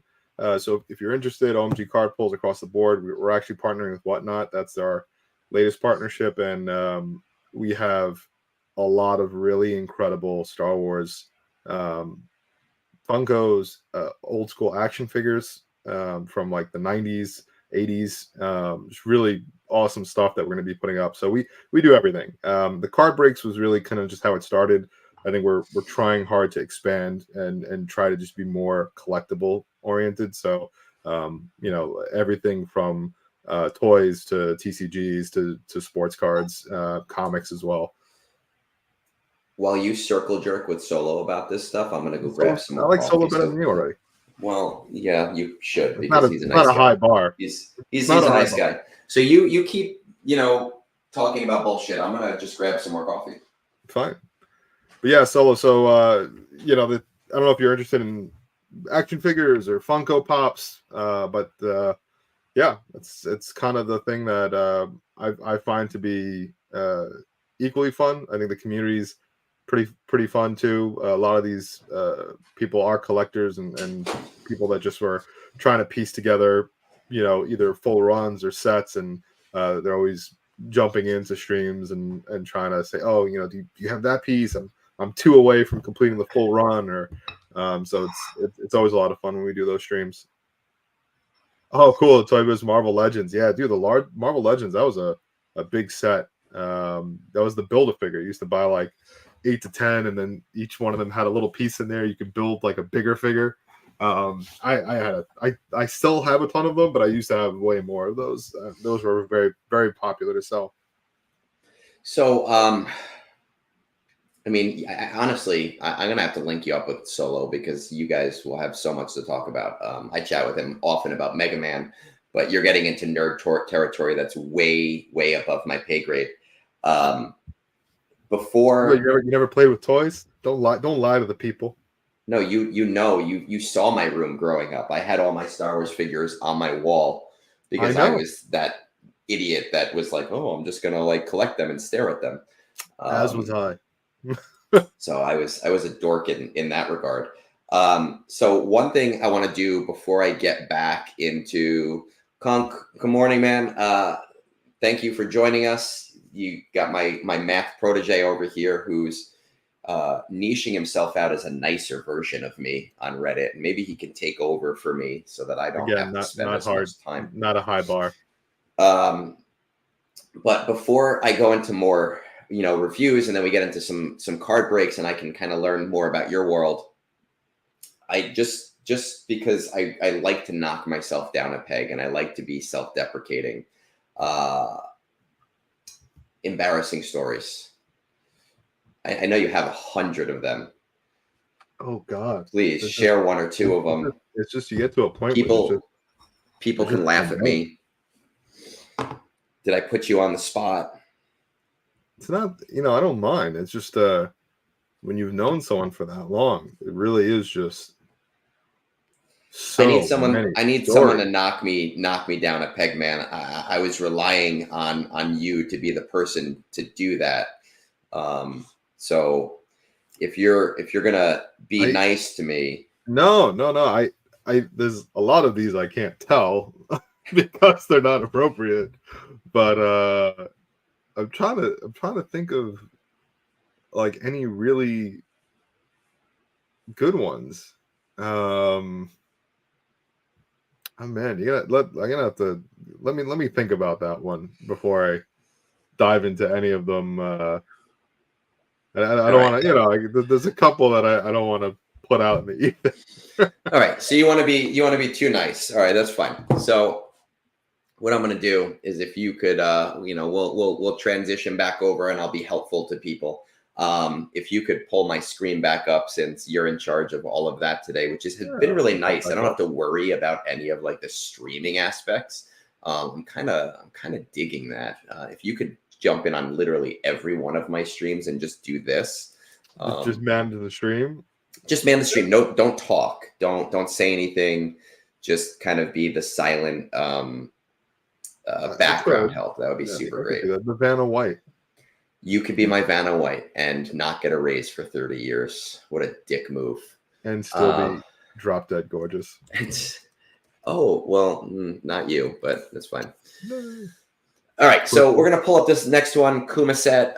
Let's see what he says to me on Discord. I've been finishing second in my fleet arena for the last 3 months, doing first now. I'm the second of 3 executors on my shard. So this is a newer player, right? So these are kind of clues that tell me it's somebody newer. I'm following your Reddit posts. CT1, 5 of 7, CT2, 2 of 7, CT3, 1 of 7. These are from my memory. So he's a newer player, still kind of working on the ROI on his account. So that's something we're going to have to check out that I haven't actually had to do yet today. He is a light speed bundler, which means he bought these $10 packs to be able to get really close to 2 Galactic Legends. Super, super high value packs. Finished Supreme Leader Kylo Ren, just unlocked Executor, but now I'm at a crossword. I'm sure a lot of other LSB players are as well. Do I finish Rey, or is there something better to do? I tried to blow up my account to 4 million for Proving Ground, so be kind. What a lot of people don't realize when I do these roster reviews is that I do try to be kind. There are some things that kind of make me go, oh, like shit, like what is this person doing? But I'm not roasting rosters like I found that there's this one streamer who people pay him like $50 and all he does is roast their rosters. Like I'll do that for you for free. Like I don't. So I'm not here for that, but if there's anyone on who needs some look at their roster, you can hit me up on Discord. It's Egnards, Egnards, lowercase e, and I'll hook you up with this I would stuff love to that I do do that. I'd love to show you my like 2-week-old roster so you could you're just nobody. destroy it. Yeah, just be like this, like, how dare you? Be like, you suck. Yeah. I'll give you $50 for that. 50. All right, I'll do it for you. I'm so close to Ray, but taking Jedi Training Ray and BB-8 to R7 feels bad when I could take, say, Han and Chewie to R7. 50 of 65 on Radis, which he'll need for Ray. I think my shorter term goals are fairly narrow after that. Okay. All right, so we're going to take a look at this roster. We have a 4 million account. Does it say when they created this account? I feel like it does on mobile. I guess maybe it doesn't on here. I don't know. Doesn't matter. It's a newer account. It's a newer shard. Arena page. He's doing first or second of third. There's only 3 executors. What I would suggest is there might not be a fleet Discord yet for you. Set one up. Be the person that sets it up, because you're going to set the tone for later when it comes to people working with each other instead of being adversarial. Set it up, reach out to people, see if you can get people working together. It's going to help you a year from now, 2 years from now, 3 years from now, so that you don't have to worry so much about your fleets. You are getting first. I just want to see if, and your executor is only 4 stars. I would slow burn it. Don't go too fast with bringing your fleet to 7 stars right now, because it's a waste of crystals if you don't need to do it. I might recommend doing 1 refresh a month just to half the time it takes, because you're eventually going to need it at 7 stars, but you don't need it right now because you're hitting those crystals. Don't over prioritize it. Let's see what we got for these GLs. We got Supreme Leader Kylo Ren. Rey's fairly close. Jedi Knight Luke's not terrible. Nobody cares about Kenobi anymore. Bought the Star Killer bundle. Jabba's far away. All these guys. Okay, let's check out this account. All right, we know that this guy is doing 5 of 7 on CT1 and only 1 on CT3. The one he's doing at CT3 is probably Places of Power, because he has Supreme Leader Kylo Ren. It kind of sucks because it's going to be 1 star, which means he's going to have to do it manually every single month. Let's see. Oh, that's a good question, Solo. The answer's Thrawn. Just diehard Thrawn fan. I was a big Heir to the Empire kid in the 90s, and obviously just with the comic books as well. I couldn't get enough of them. Just to me, it was just like the world-class strategist, the good bad guy, the villain you root for. So just really enjoyed, and I read all the books. So just one of the characters in Star Wars lore that I felt that really just kind of epitomized how capable it is to take a universe and add a really good villain or a really good hero, and have it be so good it becomes canon, right? So Thrawn, my little Thrawn guy here. It's my little, see, don't call me a nerd or a dork. So I'm a huge fan. So thank you, Solo. All right, this is my part of the show, but that's fine. I'll let you have that 2 minutes. I was having a conversation, so you continue that. I was just looking at some assault battle viability to see where we're at with all of this. Now we have a 4 million account. One thing that I do want to check, obviously CT3 was Places of Power. We don't have Hermit Yoda yet. We don't have Wampa set up yet. We don't have Rebel Officer Leia at all yet. So to answer the one question, now this person messaged me a few days ago, so I don't think we got the Radis event in those couple of days. Yeah, still at 4 stars. It's going to take you another month to get that to 5 stars because of the 2-week cadence. And you'll be at 60 and then you'll be at 70 out of 65. Don't refresh that event because it doesn't matter, because you're a Lightspeed bundle player. You're you're going to be in such a major Zeta crunch that speeding things up unnecessarily isn't going to be such a huge deal for you right now. God, these stupid ads. I need to pay this website. So you're not in a rush to get Ray, but because you are a Lightspeed bundle player, I do 100% recommend finishing Ray. You can do it on the slower side, but basically you spent $10 to get all of those characters pretty high up. And at your level of gameplay, no GL is a bad GL, right? There's no Galactic Legend that's a bad character. There's some that are less viable than others. I happen to think Ray is one of the last ones a player should get, unless you've bought the Lightspeed bundle. And because you did it, yes, you should be investing in JTR and BB-8. It's a great question, Con. I'm going to get to that in a second because I do have pretty strong feelings on ad blockers and whatever else. It requires common sense, so it's probably not your wheelhouse. It requires common sense. So Ray should be a priority just because you're close to it, and it is going to help you with GAC and kind of building crystals off of that. What I think you should be doing while you're building that is you should be building towards Jedi Master Luke, which means prioritizing Wampa, which means prioritizing Hermit Yoda with your Get One, which also means prioritizing Rebel Officer Leia, which you can get through the bounty event, all right, which comes around very infrequently. But I think the only other way, and I haven't had to do this farm in a long time, but I think is like Get 2 or Get 3. And as much as I hate the idea of spending those important resources on a character like that, I do think Jedi Master Luke is really important for your account.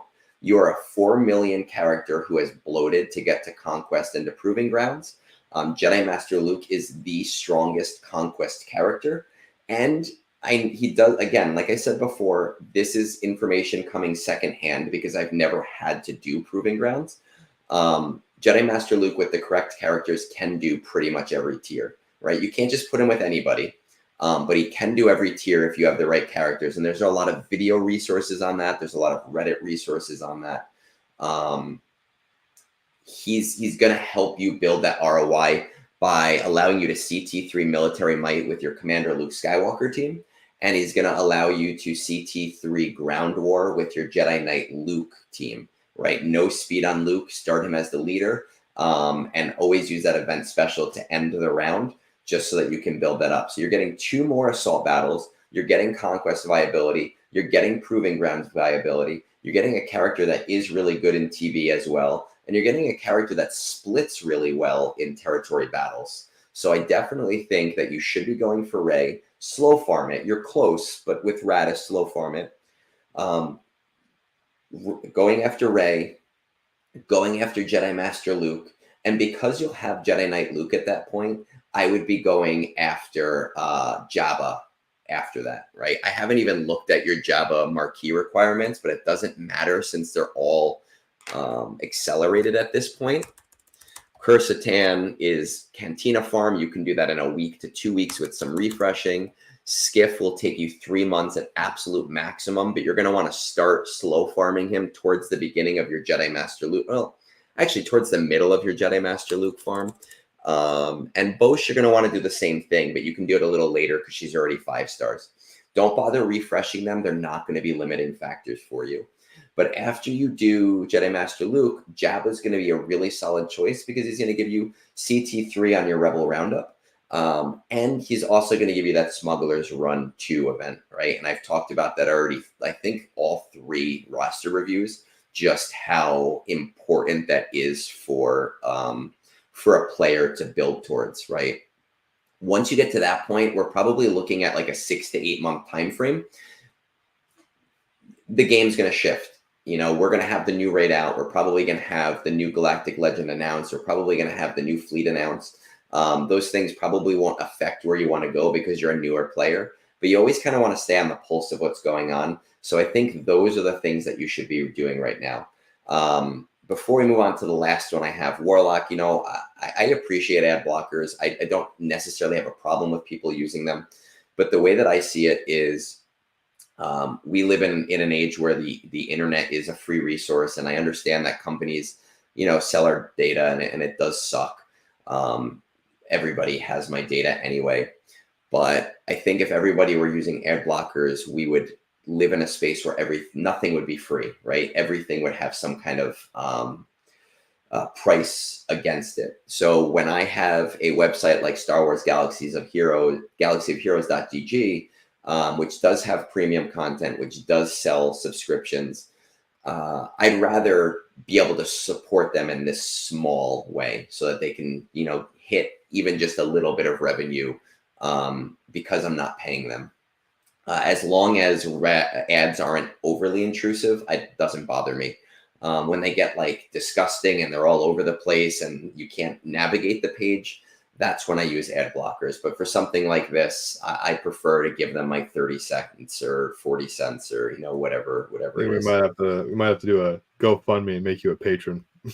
Okay, yeah, I don't know I think it's like $5 a month. There's a lot of supporters of this website. I see it a lot when I do these roster reviews. There's a lot of people that do support it, and it is awesome that there's people in the position that are able to do that, and I support them doing that. But until I'm in a position where I'm able to do that consistently, they can have my pennies on a dollar at the very least for helping me be a content creator and being able to do this stuff. And it's the same thing with like I send out my free Twitch subscription every month to different people just so that they can get $1. It doesn't cost me anything with my Amazon Prime, just to kind of lightly support the people that I think are doing good work. I got one more that I want to do. I just want to grab a timestamp here. 46:30. All right, we got this Jawa fanatic, Utini. I'm gonna take a quick coffee break and I'll be back. No, you're not allowed to do that. I require coffee. All right, that's fine. I'm on my 3rd cup. Whew. All right, so let's see what we got. Lucini says, if you have time for a roster review, I'm trying to decide on what to prioritize next. Any suggestions would be appreciated. I'm not above a fun farm, but I'm highly focused on efficiency. So this is a player that's a lot more like the kind of thing that I like to do. Short summary of the account. I quit the game for 4-ish years and came back recently. Came back from Mara Jade. I feel my account is full of unfinished squads, but I make do. My fleet arena is full of Leviathans, with about half of them R9 Sith assassins. The fleet mafia is not kind to other folks' payouts, but I am persistent. I have tried many times to open up a dialogue to a number of people to no avail, kindly stating I will only go for second and don't want to mess up anyone's payout. Assault battles, CT1 6 of 7, CT2 5 of 7, CT3 4 of 7.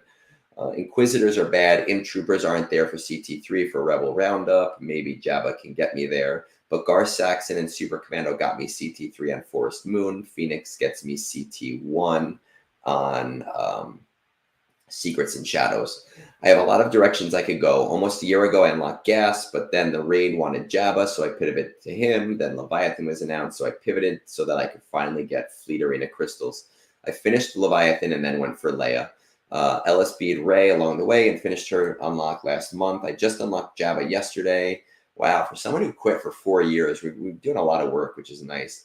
I'm going to do a farm for Guild TV Ops, and then I have a lot of ways to go depending on the road ahead. My thoughts on order are below, but I also just ran out of Zetas on Jabba. Should I ditch that and do Profundity instead so I can slow farm ship shards for 2.5 years? Any thoughts are greatly appreciated. And then he kind of just lists a bunch of different things that he's thinking about relicking. Nothing that's really important to kind of hear about, just some stuff to kind of to consider from my end. Let's see what we got going on here. Got an 8 million account. It kind of sucks that he's in what we would call a fleet, a mafia. It sucks. This is actually the first time I'm doing a roster review where somebody specifically pointed out that they have a hostile fleet arena. I hate when it happens. I think that people are very short-sighted in being hostile, but there's really not too much that you can do about it. I do feel for this person. We're not going to overly prioritize fleets, but it does look like they're getting some crystals at the very least. The one thing that you can try to do is make it as annoying as possible for these guys in fleet. and just kind of always being polite with them. I did that with my fleet arena. They weren't necessarily hostile, but they were a little bit more hesitant to allow new people in. And it came down to be a stalemate of like, hey, I don't want to step on your toes, but this is just beneficial to both of us. And I was able to get in, with not too much effort. But we're not going to focus on that too much. We're going to assume that they're going to be hostile all around. We have 4 Galactic Legends. Okay, we have Jedi Knight Luke. Let's see where we are. So this person messaged me before we got the road ahead. The road ahead was on Friday, and they messaged me maybe on Wednesday or Thursday. So it's kind of like funny thinking about it now, knowing this information. But this guy is in a lower tier guild in regards to worrying about what might be at the very top end for people and what a top end player might want to see. Some 11 millions. Okay, I can actually go to their recruitment page. They're doing 25 in ROTE. They're doing the 145 in speeder bike. Okay. So what we do know is that the new raid is coming out in July, and a lot of guilds are going to probably be prioritizing Gungans. We do know that this person is a spender to some degree. We don't know. I don't know if they spend a lot, if they want to spend a lot, if they just bought the bundles because they were super cheap. Gungans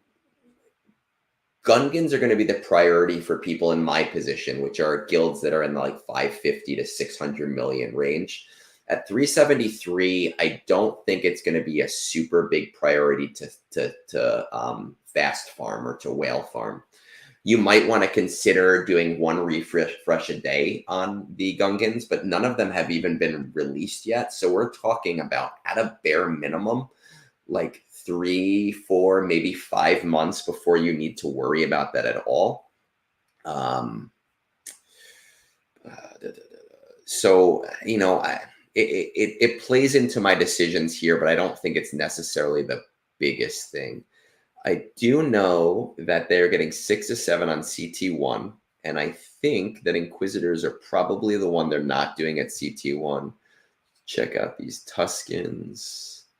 All right, so it is Fantastical Devotion, the one that they're not doing at CT1 right now, which is fine. The ROI on that, the reason I'm looking into that is because the Zeta income, and I know that you're having trouble with Zetas, but you're getting 2 Zetas a month from that, and it'll take you and cost you Zetas to get there. You're not going to see the ROI for several years. But knowing that you're in a Zeta crunch means that you don't necessarily have to go super fast with your farms going forward. You can kind of slow it down just a little bit because you're going to need the Zetas, anyway. Let's see. We have 7-star Leviathan. We have Executor. I just want to check Outrider here. Outrider. Can't spell Outrider.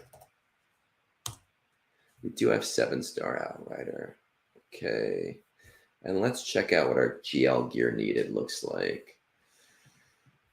We have Leviathan. Kel Kestis isn't really something that we need right now. Profundity. We have these guys. First of all, I mean, yeah, I don't. You didn't mention this in your message, or maybe you did, and I wasn't paying attention. That's something I would do at 9 in the morning. But Jedi Master Luke is a priority for you, right? A couple of reasons, obviously. Number one, it's going to help you with those assault battles. I don't know exactly which ones you're doing at CT3, but if you're not doing military might yet at CT3, and if you're not doing ground war at CT3, it's going to help you. But I think you might be already doing those things. The important thing, though, is at 8 million, you want a strong conquest character. You want somebody that's going to really help you to cheese all of the bullshit that we have to deal with in Conquest. And that's going to help you get those Proving Ground characters before they go to Proving Ground, so you don't have to deal with them. I've never had to deal with Proving Grounds. I know it's a pain in the ass. I've done a couple of them when CG fucked up and kind of said, hey, we're going to let you do them even though you already have the characters, and they were a pain in the butt. So if you can avoid it at all costs, great. Jedi Master Luke's going to help you to be able to do that. Let's see. Kenobi is great, but he's not really a priority anymore. I'm going to see where we are in GAC. We're in Kyber 3. We're pretty consistent there. It looks like we've dipped a little bit. We come up, we go back down, but we're staying in Kyber. So again, with the new raid coming up, I don't think Gungans are going to be a super high priority for you. You should be 1x refreshing those things as they become farmable, but you've got time on them. With the GLs that are currently out, with the GLs that are currently out, I think you should be going for Sith Eternal Emperor and Profundity, putting more emphasis towards Sith Eternal Emperor. That's going to help you with that Rebel roundup if Jabba's not doing it for you. But Jabba should be able to do that for you, so you shouldn't have problems with it once you do it. The reason that I think you should go for Sith Eternal Emperor is, 1, you're closer to him. 2, once Bane comes out, right, which is in 2 weeks, he's going to be an absolute madman with that Power of 2 ability. You're in Kyber. I doubt that you're going to be getting Bane first unlock in 2 weeks, but I can definitely see doing it in the 4 to 6 month range. So again, next month or within that 3 month range. And we're looking at the idea of no GL is a bad GL, right? Every GL is a really strong character in their own capacity. The reason that I think that you should be kind of putting a little bit of priority towards Profundity is that as a Kyber player, you need to prioritize fleets. Fleets win battles. Fleets get you to where you need to be. Fleets are what get you those crystals. And the sooner that you do that, the less crystals you'll have to spend on it, because you don't necessarily have to refresh them and use the 27,000 crystals in the short term. You can do it month over month since you already have Leviathan. So that's going to be your fleet climber, and you can kind of use Profundity at 4 stars or 5 stars to clean things up in GAC. I don't think Lord Vader is a priority to you, even though I do love Lord Vader in terms of what he does for an account and what he does for Conquest. I don't think Jedi Master Kenobi is a priority for you, even though he's really great.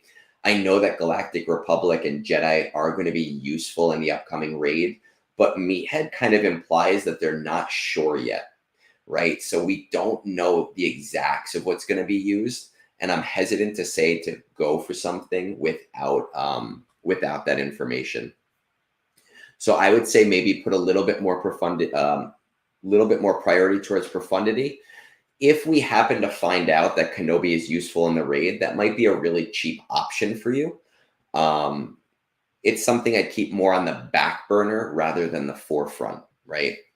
Let's see. Do we have Commander? We have Ahsoka Tano. You know, you have Rey. I would bring Commander Ahsoka to R5 to R7. Even without Kenobi, she does really great in a Padme team. She does really great in a Rey team. She can be a real pain in the ass in a raid team. That's just a really good, more short-term option for you. Let's see, Order of Relics. I would definitely bring up gas. So basically, when I'm looking at these things, I talked about this in another roster review. I think it was one that I did a little bit earlier on in this talk. Kind of being in a little bit more of a holding pattern of smaller farms. Profundity, slow farm, C, maybe slow farm, but you might want to be in a little bit of a holding pattern and do smaller projects until we find out more about the road ahead. Jedi Knight Cal Kestis, I don't really think is necessarily a priority for you. Inquisitors, I don't think is really a priority for you until your guild really starts pushing it. General Anakin is... Let me see where your 501st are.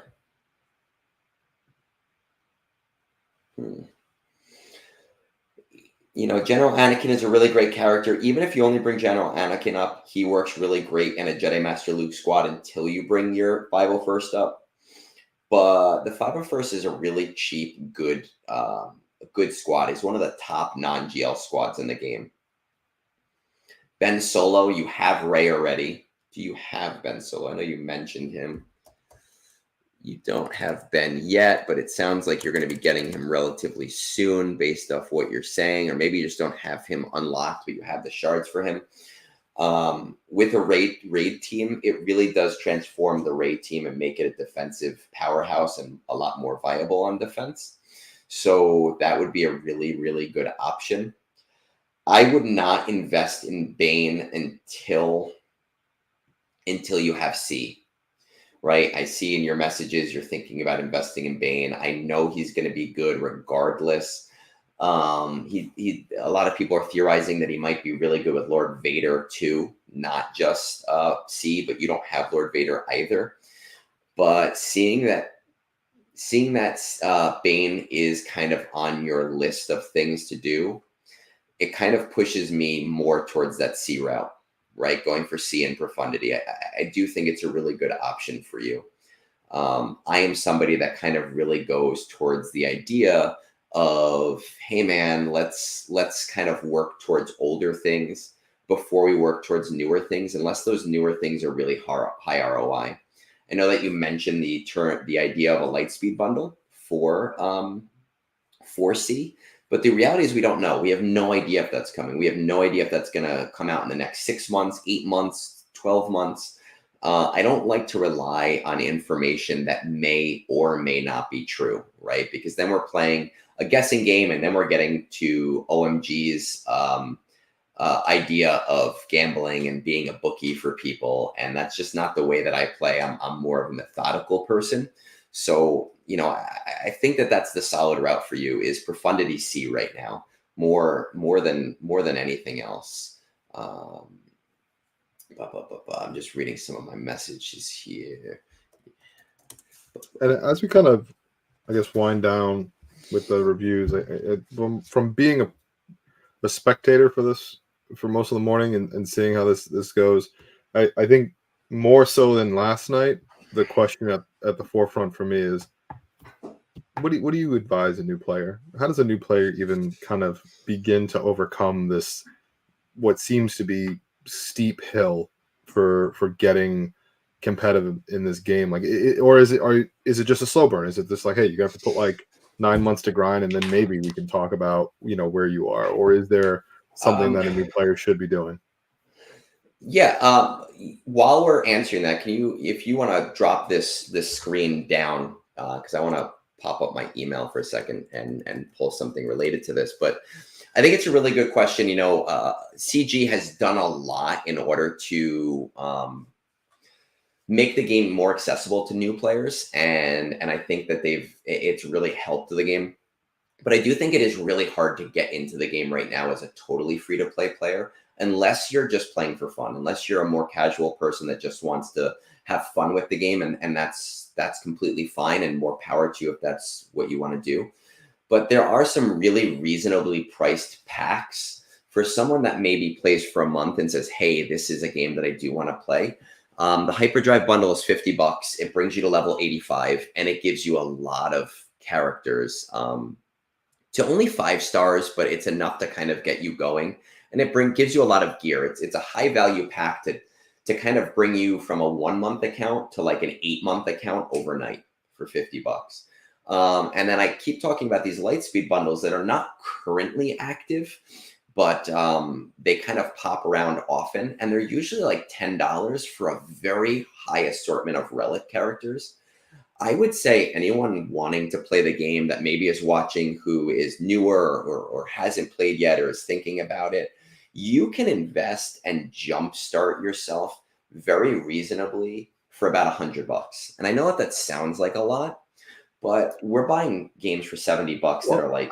I was just about to say that was actually going to be my starting point. Like, well, what if I tell you I'm going to throw $100 at it? What do you tell a new player who says I'm willing to throw $100 if it gets me to the road to being competitive because I love this game? I liked it so much.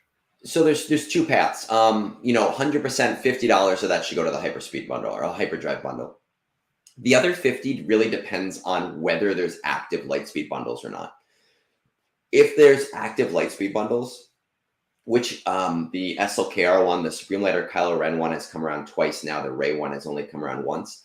They tend to be $10 to $20. They're super high value packs. And for $100, doing a $50 hyperdrive and 2 Lightspeed bundles, it's going to turn your account from, hey, I just started, to, hey, I can pretend I've been playing this game for 2 years, right? And it'll open up the game really quickly for you. That's the way to go. If there's no Lightspeed bundles, you have 2 options. You can either spend 50 on the hyperdrive bundle and wait, or you can spend, you know, $50 on crystals and use those towards refreshes to kind of go in the way that you want to. There are a lot of great streamers who talk more about the very early game. You know me, I don't like alt accounts. Right. I don't like starting over. I don't like doing these things. And they put out that kind of content, like AP Gains is a really big one. I know Solo Straight mentioned it. But my problem with AP Gains, and he's a nice guy, I've chatted with him, is that he's very speculative, and a lot of streamers are. I don't like to speculate at all. I don't like to make assumptions at all, and I don't like to make decisions based on assumptions. It's likely that a profundity bundle, we had like a Lightspeed bundle that was close to that. So I don't like to guess. You have streamers like Darth Loquidor who has put out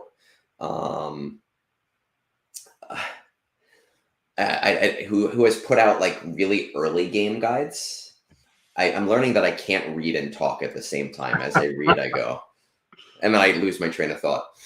And I would advise somebody who's getting into the game like right away to maybe look into their stuff to kind of build the really early game teams. For me, as a roster reviewer, I really specialize in like hey, I have like 3 million. I've been playing for about a year.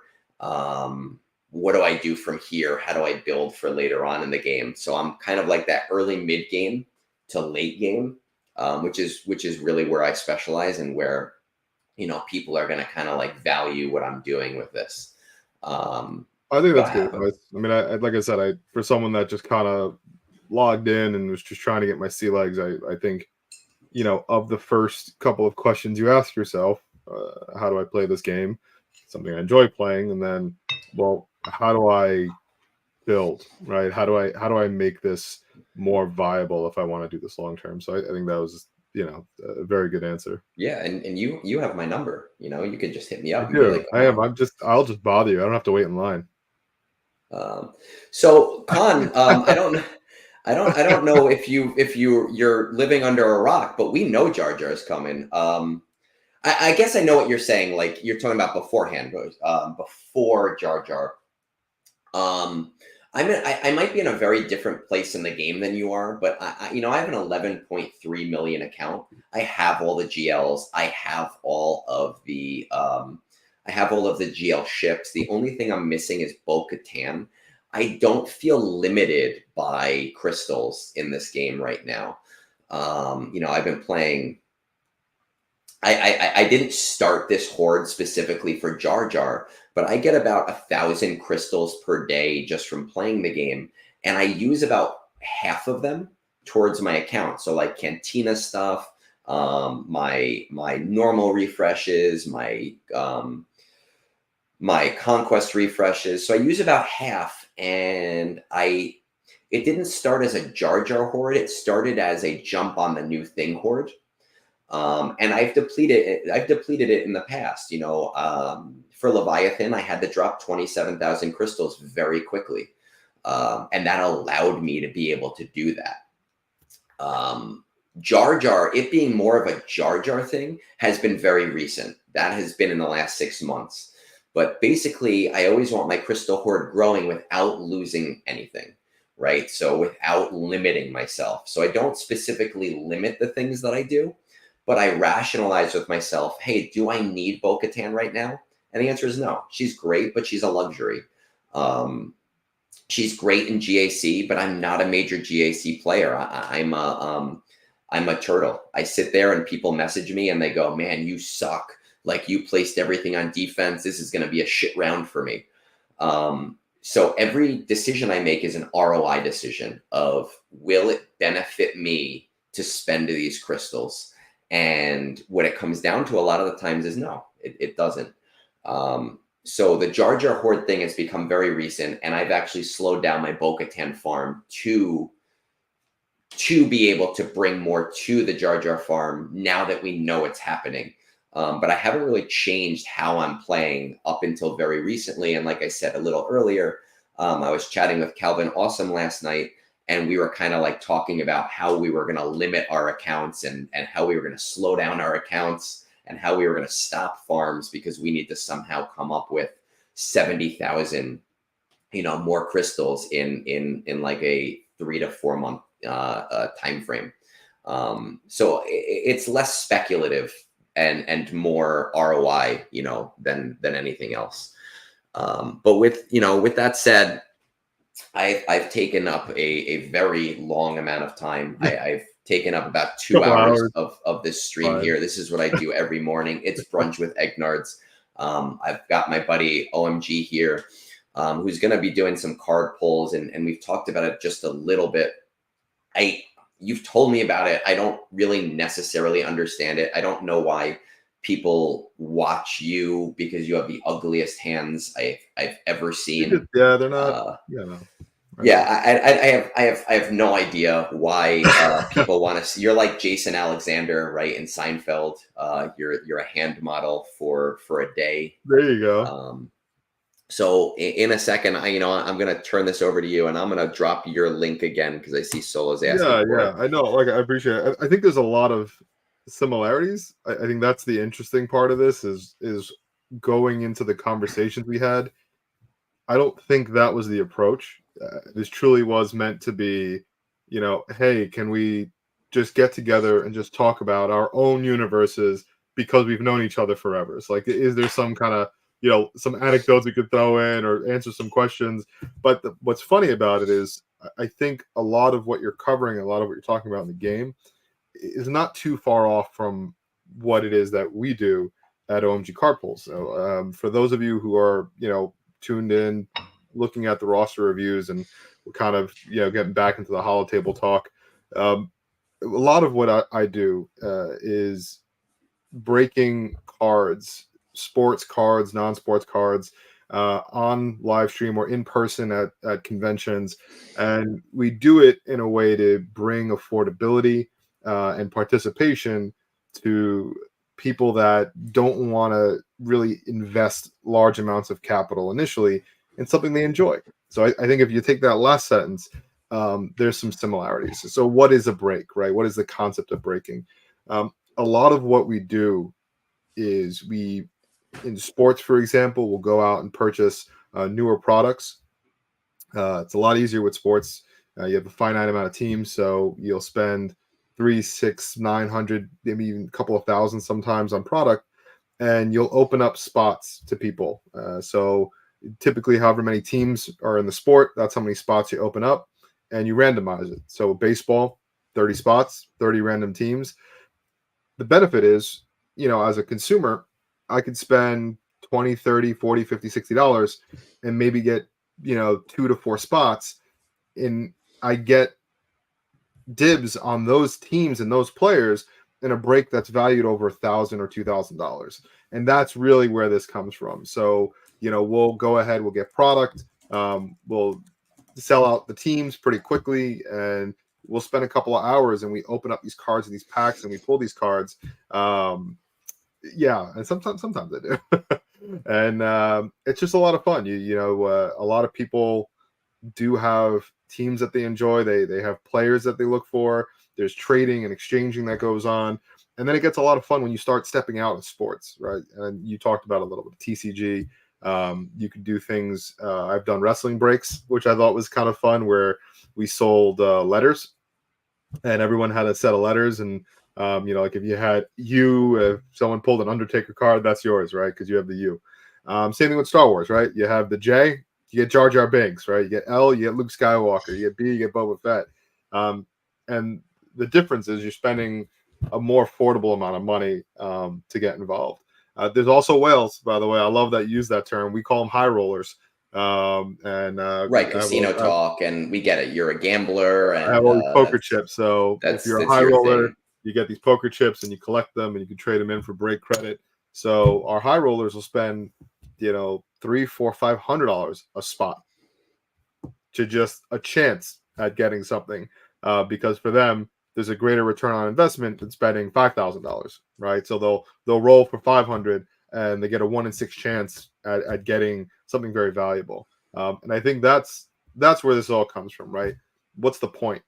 It's value, right? It's just like what you guys are doing with the rosters and certain builds. There's value to building out certain squads and certain teams and certain GLs, right? There's value. Do you know what GL stands for?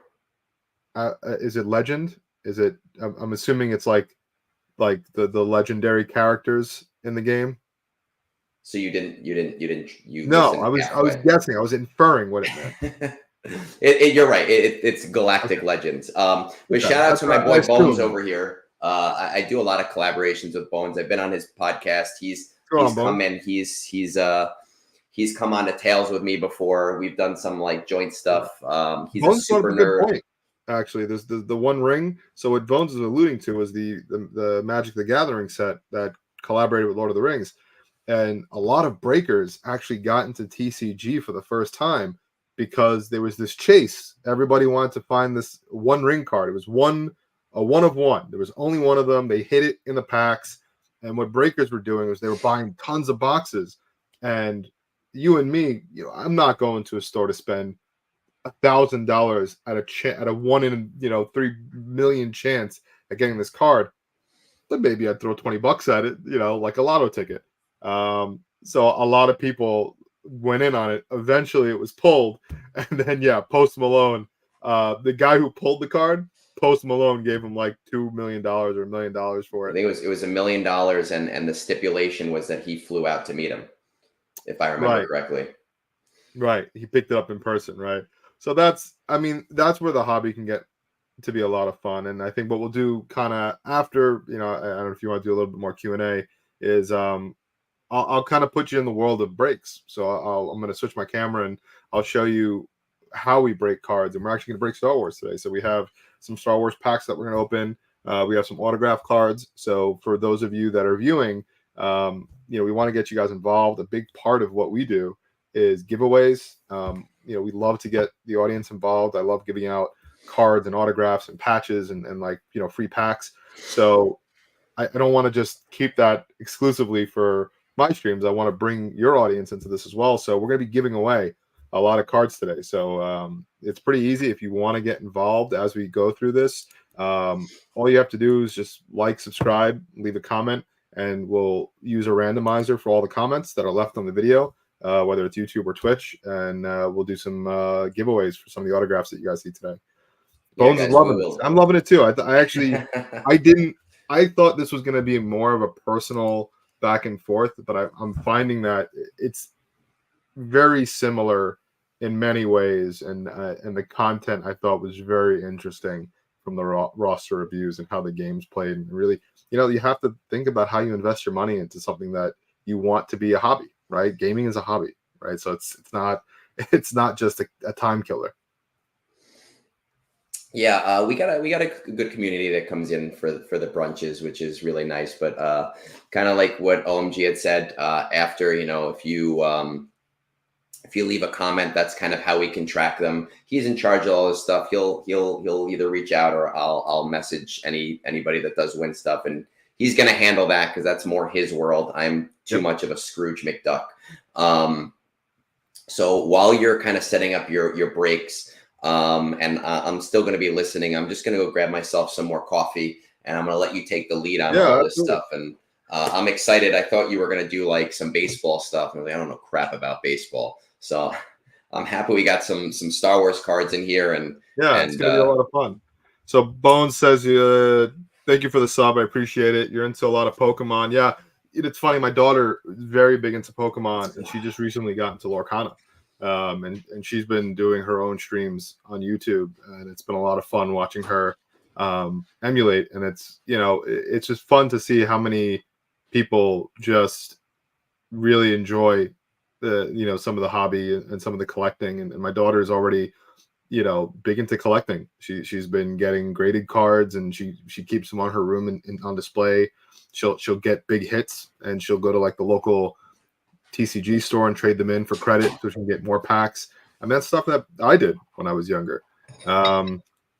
Yeah, absolutely. We'll drop a link as well. That way you can follow. It's a lot of fun.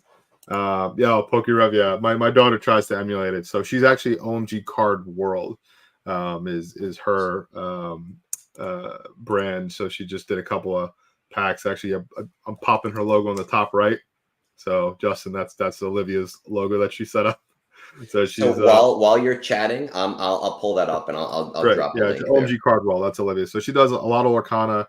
And she's going to be doing some Pokemon as well. But for today, we're going to do Star Wars. And we have some retail blasters and we have some autographs. And I'm going to show you the Breaker's point of view, which is, again, this is very different for me.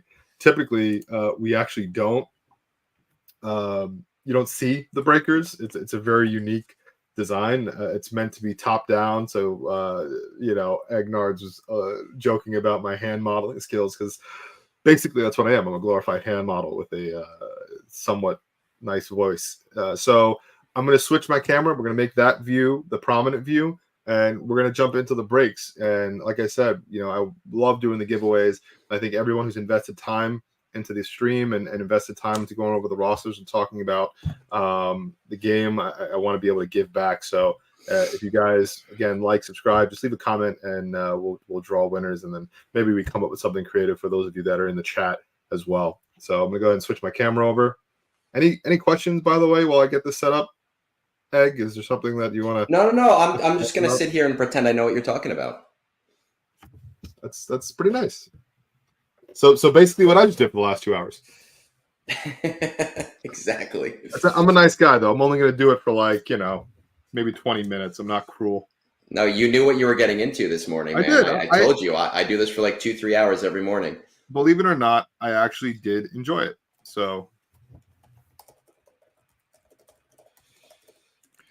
all right, guys. So that's it. This is the transition. So usually when you break, this is what you see, right? You get your hands, you have your display. And as you can see here, we have a lot of different collectibles, right? And we have some autographs, some Funko Pops, some cards, and let's see, maybe we'll switch it to that way we can see it.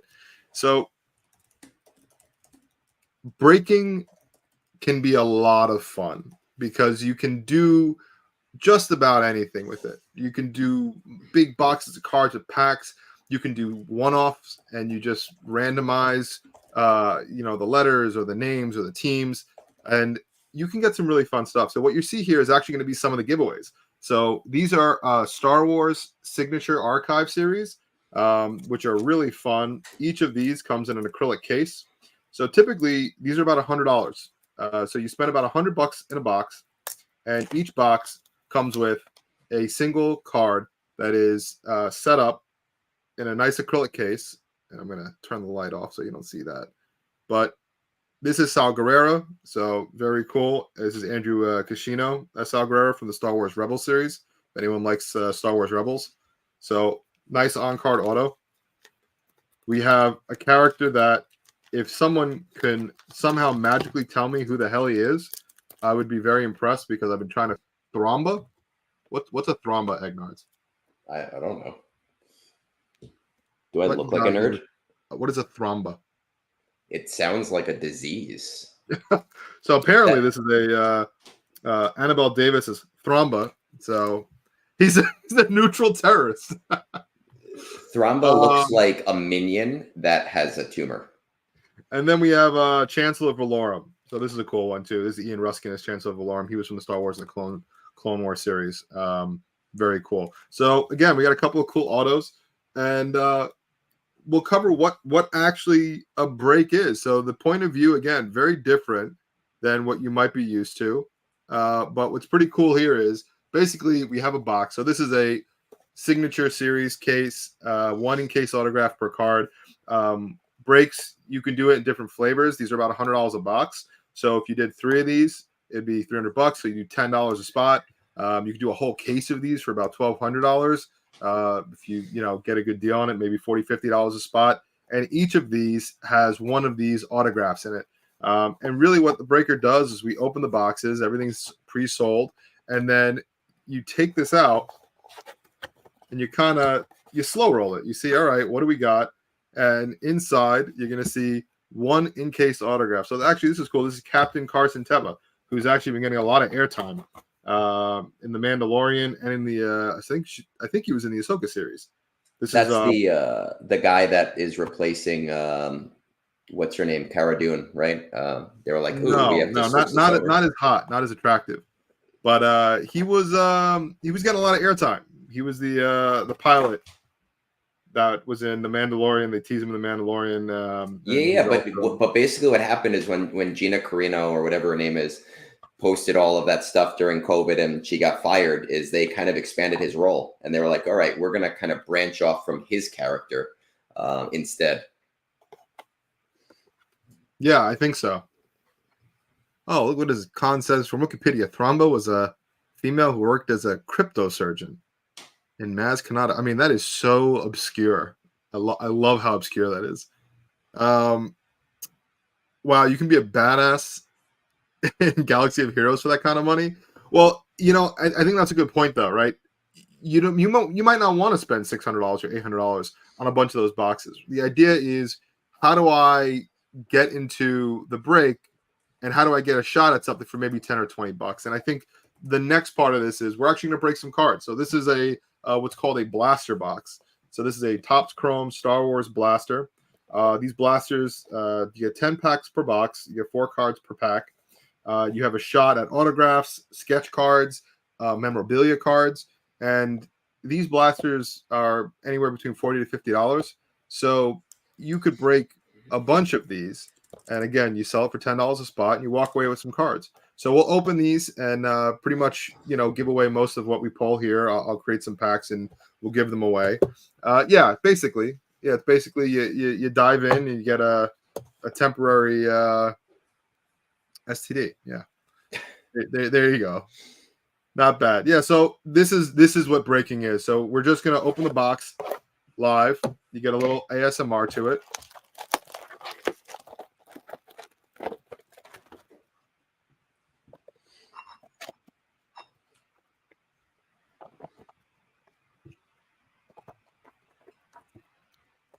Thank you very much, Bones. I appreciate it.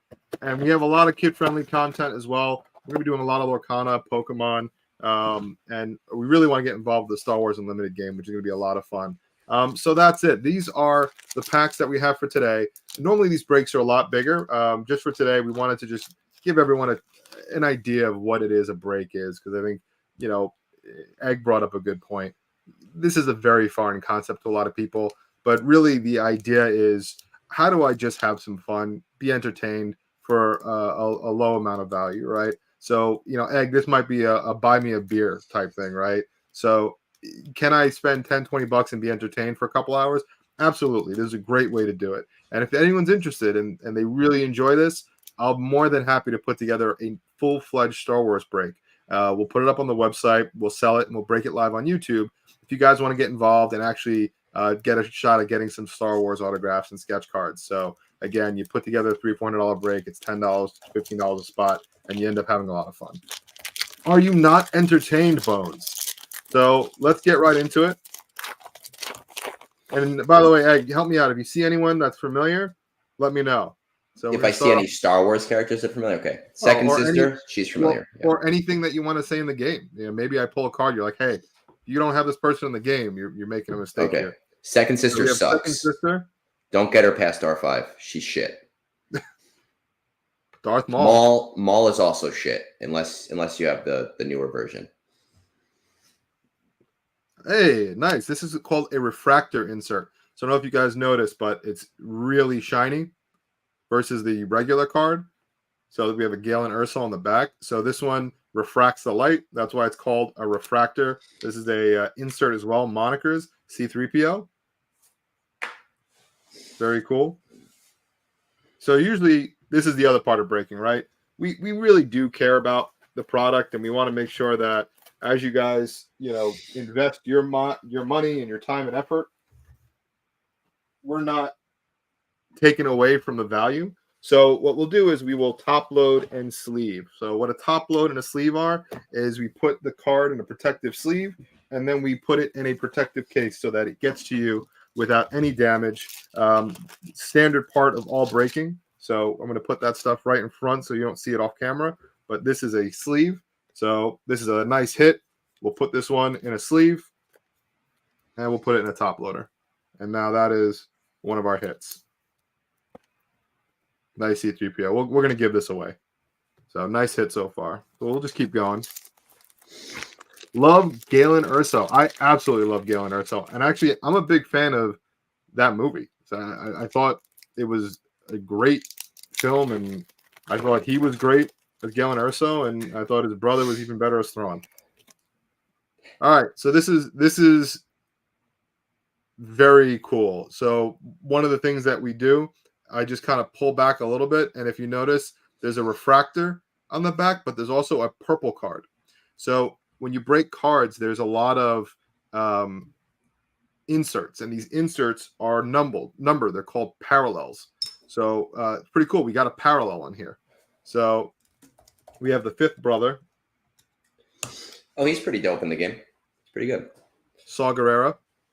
We have a new Datacron for Saw Gerrera. He's a badass now. He was not before. Okay, we got another refractor. This is a Grogu refractor facing the Rancor. Very cool. And let's check out our hit.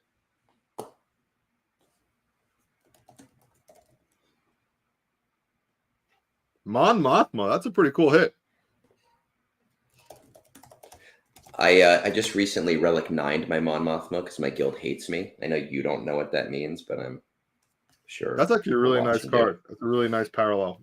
Purple. This is this is called a wave refractor. So if you notice the back, if I tilt it back and forth in the light, you get that kind of cool wave. So this is a purple wave refractor. I think these are limited to like 300, I want to say, 250, 300.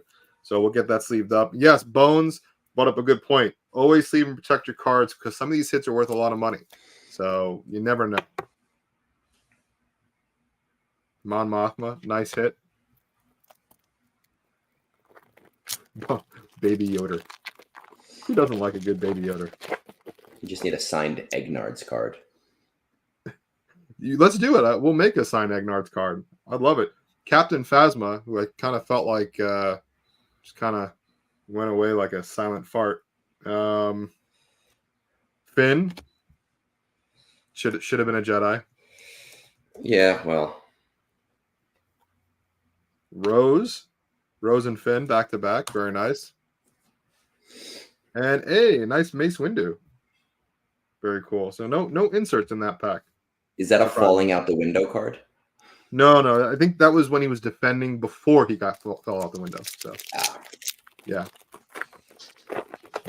Like, need a signed Egnards card. Let's make it happen. Here we go. How's this card? I'm assuming. How many different flavors of him are there in the game? Who is that guy? I think it's you, to be honest. Yeah, actually, somebody in one of my videos 2 days ago said, "Hey, he looks kind of like Luke Skywalker," and I was like, "Oh, I mean, I'll take it. That sounds great." How many versions of Luke do we have? We have Farm Boy Luke.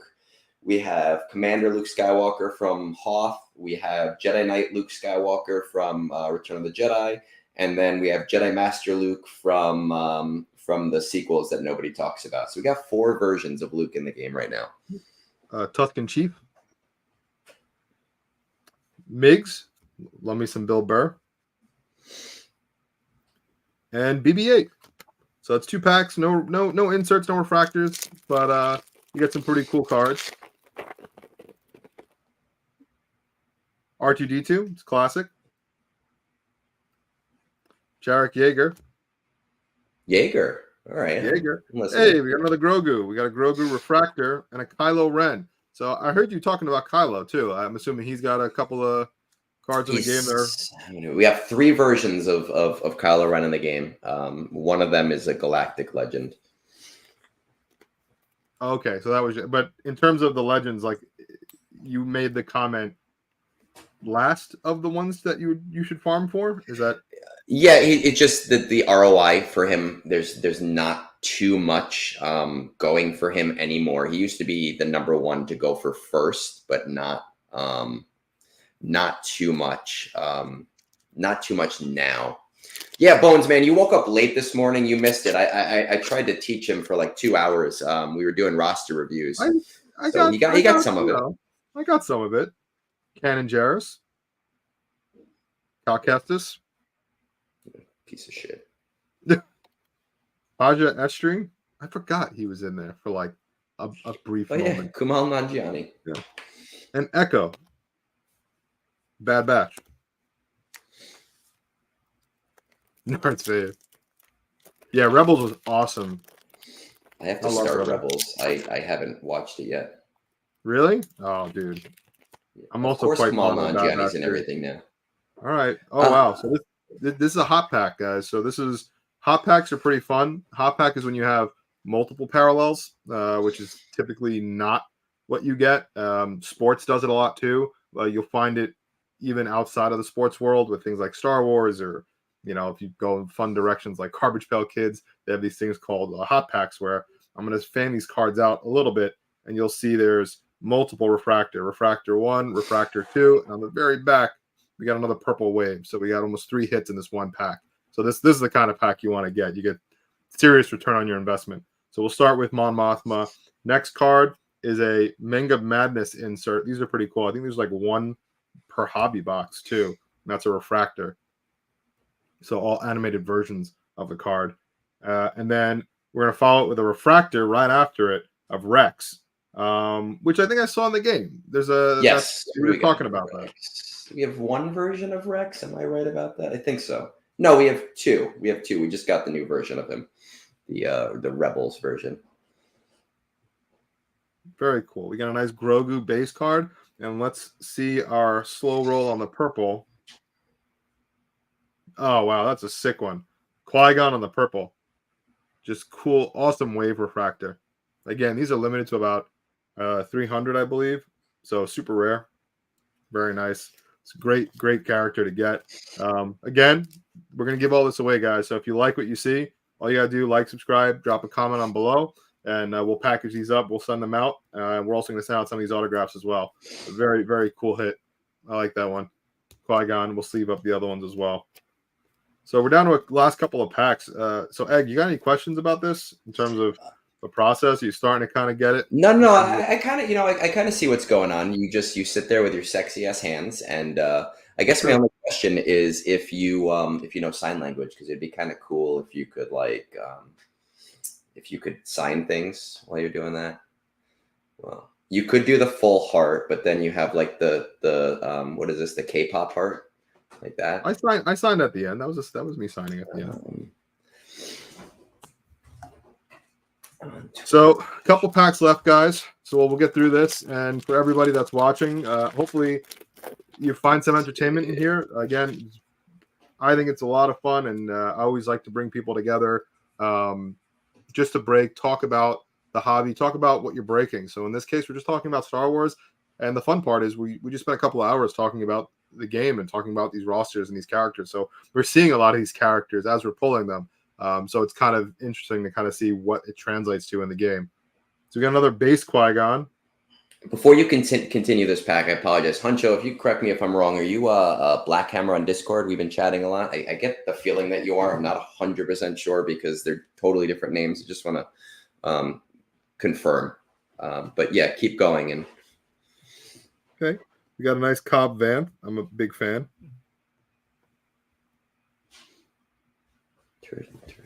Zori Bliss. And we got another Grogu refractor. Pretty cool. The Mandalorian of Trask. Oh, we have talked.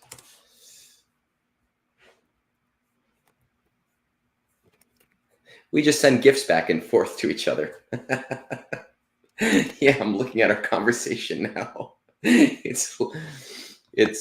looking at our Discord conversation, which is just gifts. All right, we got a couple packs left. Lando Calrissian. Tanti. R.I.P. Grief Karga. Yeah, I still have yet to see someone R9 Grief Karga, by the way, on Reddit. Everybody keeps posting like these tributes of like, oh my God, they put him in arena. I have yet to see a maxed out one. So if anyone's got Is it one, it'd be worth great. maxing out? It's absolutely not worth maxing out, but if you're going to do it as a tribute Tribute. to him, you Yeah. might as well go big. All right, last pack Magic. We got Tam Rivora, Seri. For those of your fans of Jedi Survivor, I'm not, but okay. Kira, and Saban Ren. So that was one blaster box. And at the end of a break, we'll do a hit recap. So these were the hits from one blaster. So we have Grogu Refractor, the Manga Madness on the Boba Fett, Rex Refractor, Moniker's insert. We got a purple Wave Refractor of Qui-Gon, really nice one. Another Grogu Refractor, the Mon Mothma purple. I think these are probably our two best hits, and the C-3PO. So these are probably going to be the two best hits of the break, which is, again, not bad for a blaster. There could have been way worse. Bones, I have no idea. I call her whatever.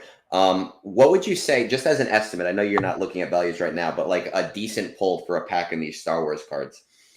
You know, I'd say Star cost-wise. Wars is very difficult because you really need to get a mainstream character to get value. Obviously, the original kind of core series, any autos or low print cards of those are heavily sought after, and tend to have good values. Newer cards, maybe not so much, unless it was like a big name actor. So for example, like Qui-Gon, you get a double whammy there because it's Liam Neeson, so he notoriously doesn't really sign a lot. So if you pull one of his cards and it's signed, you're going to get more value. Same thing with like Harrison Ford or Mark Hamill. You're just going to get more value on them. But like for this break, if we're going to do value estimate, I think the blaster, like I said, $30. I think you probably got just about that in value. I think the purple waves are probably maybe $10, and the refractors maybe $1 to $2 if people trying to build sets. But that's where I think some of the long game comes into play. Where with these sets, it's always, in my opinion, better to build out completes. So if you're a completionist and you go for the entire purple wave set, you can sell that at a much higher return. Premium. Yeah, because you have the whole set, right? Because a lot of people will tend to try and do it piece by piece. So that's just one flavor. What we'll do here is, this is the last blaster. We're not going to open the whole blaster, but we are going to do just a quick comparison. So these are called Chrome cards. These are base cards. So these are like matte to flat, less shine. So you're not going to get that rough kind of glare on the camera. You're also going to get a lot more cards in here as well. So the other one was 4 cards per pack. This blaster is also themed. So this is based off of the Obi-Wan Kenobi first season TV show. So not a bad one, because you're going to get probably some more characters that you're going to want. And I know that a lot of people are chasing the Vader inserts in here. And there's a patch card in here that will open up, and we'll do a giveaway as well on the patch card, which I think it's this one. But we'll open this pack so you can kind of see the difference. And then we want you guys to have some fun. So we're going to send some of these packs home, and I want you guys to open them. I want you guys to experience what it is to rip a pack of Star Wars cards. If you do win one of the packs and you open it up, let Egnards know in one of his later video if you got anything good or if you had fun doing it.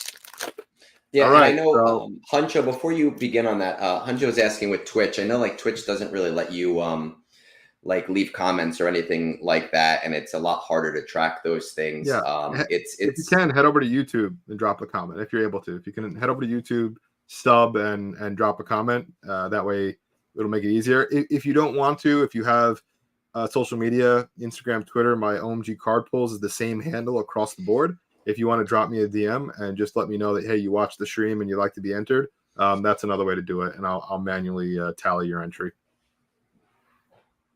So we have the Inquisitors on the top. So again, you can see these cards are a little different. They're kind of matte. They're not chromium, not as shiny. And I think we have a hit. Showdown with the Dark Lord. So I think there's a hit because there's this, if you can see on the side, one of these cards is really thick.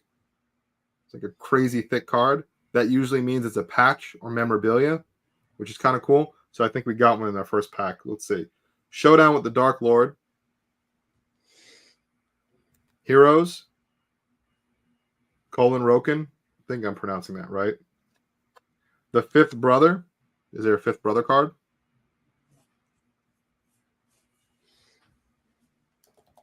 Yes, no? Is there? Yes, there is. I'm sorry. I was just answering Huncho here. There is Fifth Brothers in the game, one of the Inquisitors and he's a chase character to farm Grand Inquisitor.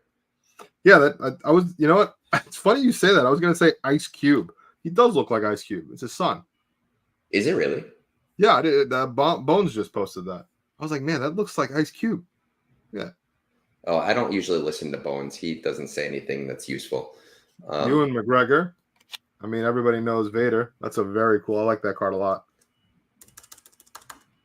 Awesome card. All right, guys, and we're getting to our hit. So here we go. Let's see if we got something cool here. Wow, that is pretty sick. So this is a Obi-Wan Kenobi commemorative patch that we just pulled, guys. That is really awesome. And I get that, right? Look at that.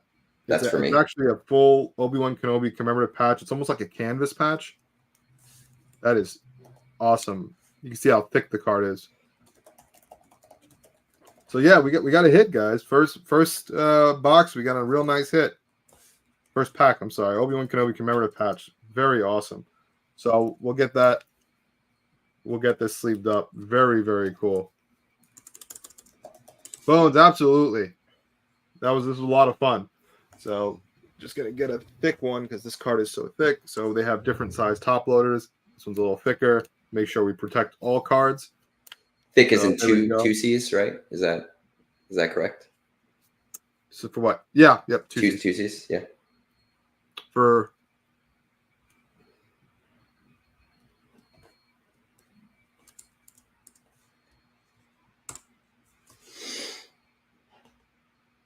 there you go. Hi, you got it. So that's it for what it is to break. So we're gonna have all of these packs, guys, right here. We're gonna give every single one of these away, which is pretty cool. That's all gonna be part of the giveaway. Like, subscribe, comment if you can, either on my stream or on Egg stream. If you are on the Twitch feed, you can drop us a comment. Look, this is meant to give everyone a shot at something really cool. So even if you go on social, drop us a DM, post something on another social media platform, we will make sure that we put you in the giveaway, and we'll give everyone about a week. Let's say that maybe Friday, end of next week, we'll tally it all up. We're going to be giving away the packs. We'll give away all the inserts, all of the base cards, and then we're also going to give away the autographs that you see in the back. So that's the Saw Gerrera, the Chancellor, Valorum, and the Thromba. Yeah, what the people here don't know, I appreciate it, Huncho, because I put a lot of effort. I'm not on Twitch as much as I am on YouTube. I do a lot of non-live content just because I don't have the time to be live constantly. So I just do my brunch stuff on Sundays. And actually, next week, for anybody that's on right now, I have a week off from school. It's TB week, so I'm probably going to be streaming my entire TB all throughout the week, which will be on YouTube and Twitch. I'm going to be trying to auto everything and seeing what I can do with that. But what you guys don't know about OMG, and I was talking to my wife about this yesterday, is he loves giving shit away. Like, it's his favorite thing in the world. We will go to game nights and he'll just be like, hey, I bought $300 worth of crap to just give away. And nobody expects it. We just kind of go, we were here for the games and the beer, but okay, great. So that's basically what OMG does. Is in his real life, in his streaming life, in his sex life, he just gives shit away. I'm a giver. You just love buying shit and giving it away. So he's gonna handle that stuff. That's all on him. But I know he likes doing that. So reach out and let's go, Rangers. He'll take care of you. He loves sending things. What I don't think he realizes that some of my audience is international. So you have fun. That's all You right. have fun with that. We'll do what we can. Look, the idea is it's no different than I think what you're doing on the gaming side. I would counter what you said earlier, even though a lot of your content caters towards maybe more seasoned veterans, gamers trying to hit like the new kind of tier or upper echelon. It's also very, I guess, endearing to new players. Like for me, Yeah. there's something about, I don't know, seeing something that has a good community or has some long-term potential. I might invest in that. Like I might not invest in a game that is maybe just a quick hitter or just, you know, something that I got to dump $1,000 into by myself and I play it all alone and, you know, pour a couple hundred hours into and nobody knows about it. You know, this is a different element. So it's the same thing with the cards, right? Is look, I do it because I find it fun and I enjoy it. So I want people to find it fun and enjoy it too. I want people to collect some cards, open some packs, and go, "Oh, like I get it. This is kind of entertaining. I enjoy this." We both want people to spend money just on different things. I got you. 100%. I got you. So once again, you know, tomorrow I think Territory Battles, my time, I'm EST, starts at 1 p.m. I will probably be right away, right at 1 p.m. starting a stream because I'll be at home. My wife will love the fact that I'm not in her hair while she's working at her computer. I'll throw it up on Twitch. I'll throw it up on YouTube. We're going to see how much of it we can auto. So I'll be around all week doing that. Tuesday, we have that big update that is coming out. So I'm super excited about that. And we have a downtime, which is kind of weird, you know, that there's going to be some kind of like downtime, it just doesn't happen often. I might not be able to stream that day, my TBs, just because of having to teach classes later in the day and depending on how long that takes. But I'll be around all week. We'll be doing a lot of stuff. If you're on Twitch, again, we've got a lot of non-live content on YouTube. I do a lot of talking with content creators, so look that up. Like I said, OMG, when I say goodbye to people, I try to make it as awkward as possible. So it's as awkward as you are in real life. So this is like that time. The master of the Irish exit. The Irish goodbye, right? I just hit end stream, and there's no better way to describe Egnards than where did he go? Was he just here? Yeah, I just gonna. I mean, I can't hit end stream. You have to do it. So no, I'm not going to. I'm kind of waiting for you. So I'll see you later. Well, everyone's saying good afternoon. Thank you so much. We appreciate it. Thank you guys for giving me an opportunity to give you guys a little preview into what it is we do. I appreciate it. So I hope you guys enjoy. I hope you guys enjoy the cards when you get them, if you win them. And hopefully you guys can review bomb my squad in a few months. I'll be very excited for that. You'll have to pay me to do that. Man, I've had 4 cups of coffee and a mimosa. I need to pee, dude. Just letting that out there to everybody who's on this stream, that if you could just turn it off now, that'd be great. Like now? Like now. That'd be awesome. If you could just if you could cut the feed, like something. Are you saying I should cut the feed, or you mean like just cut it now? You should cut it now.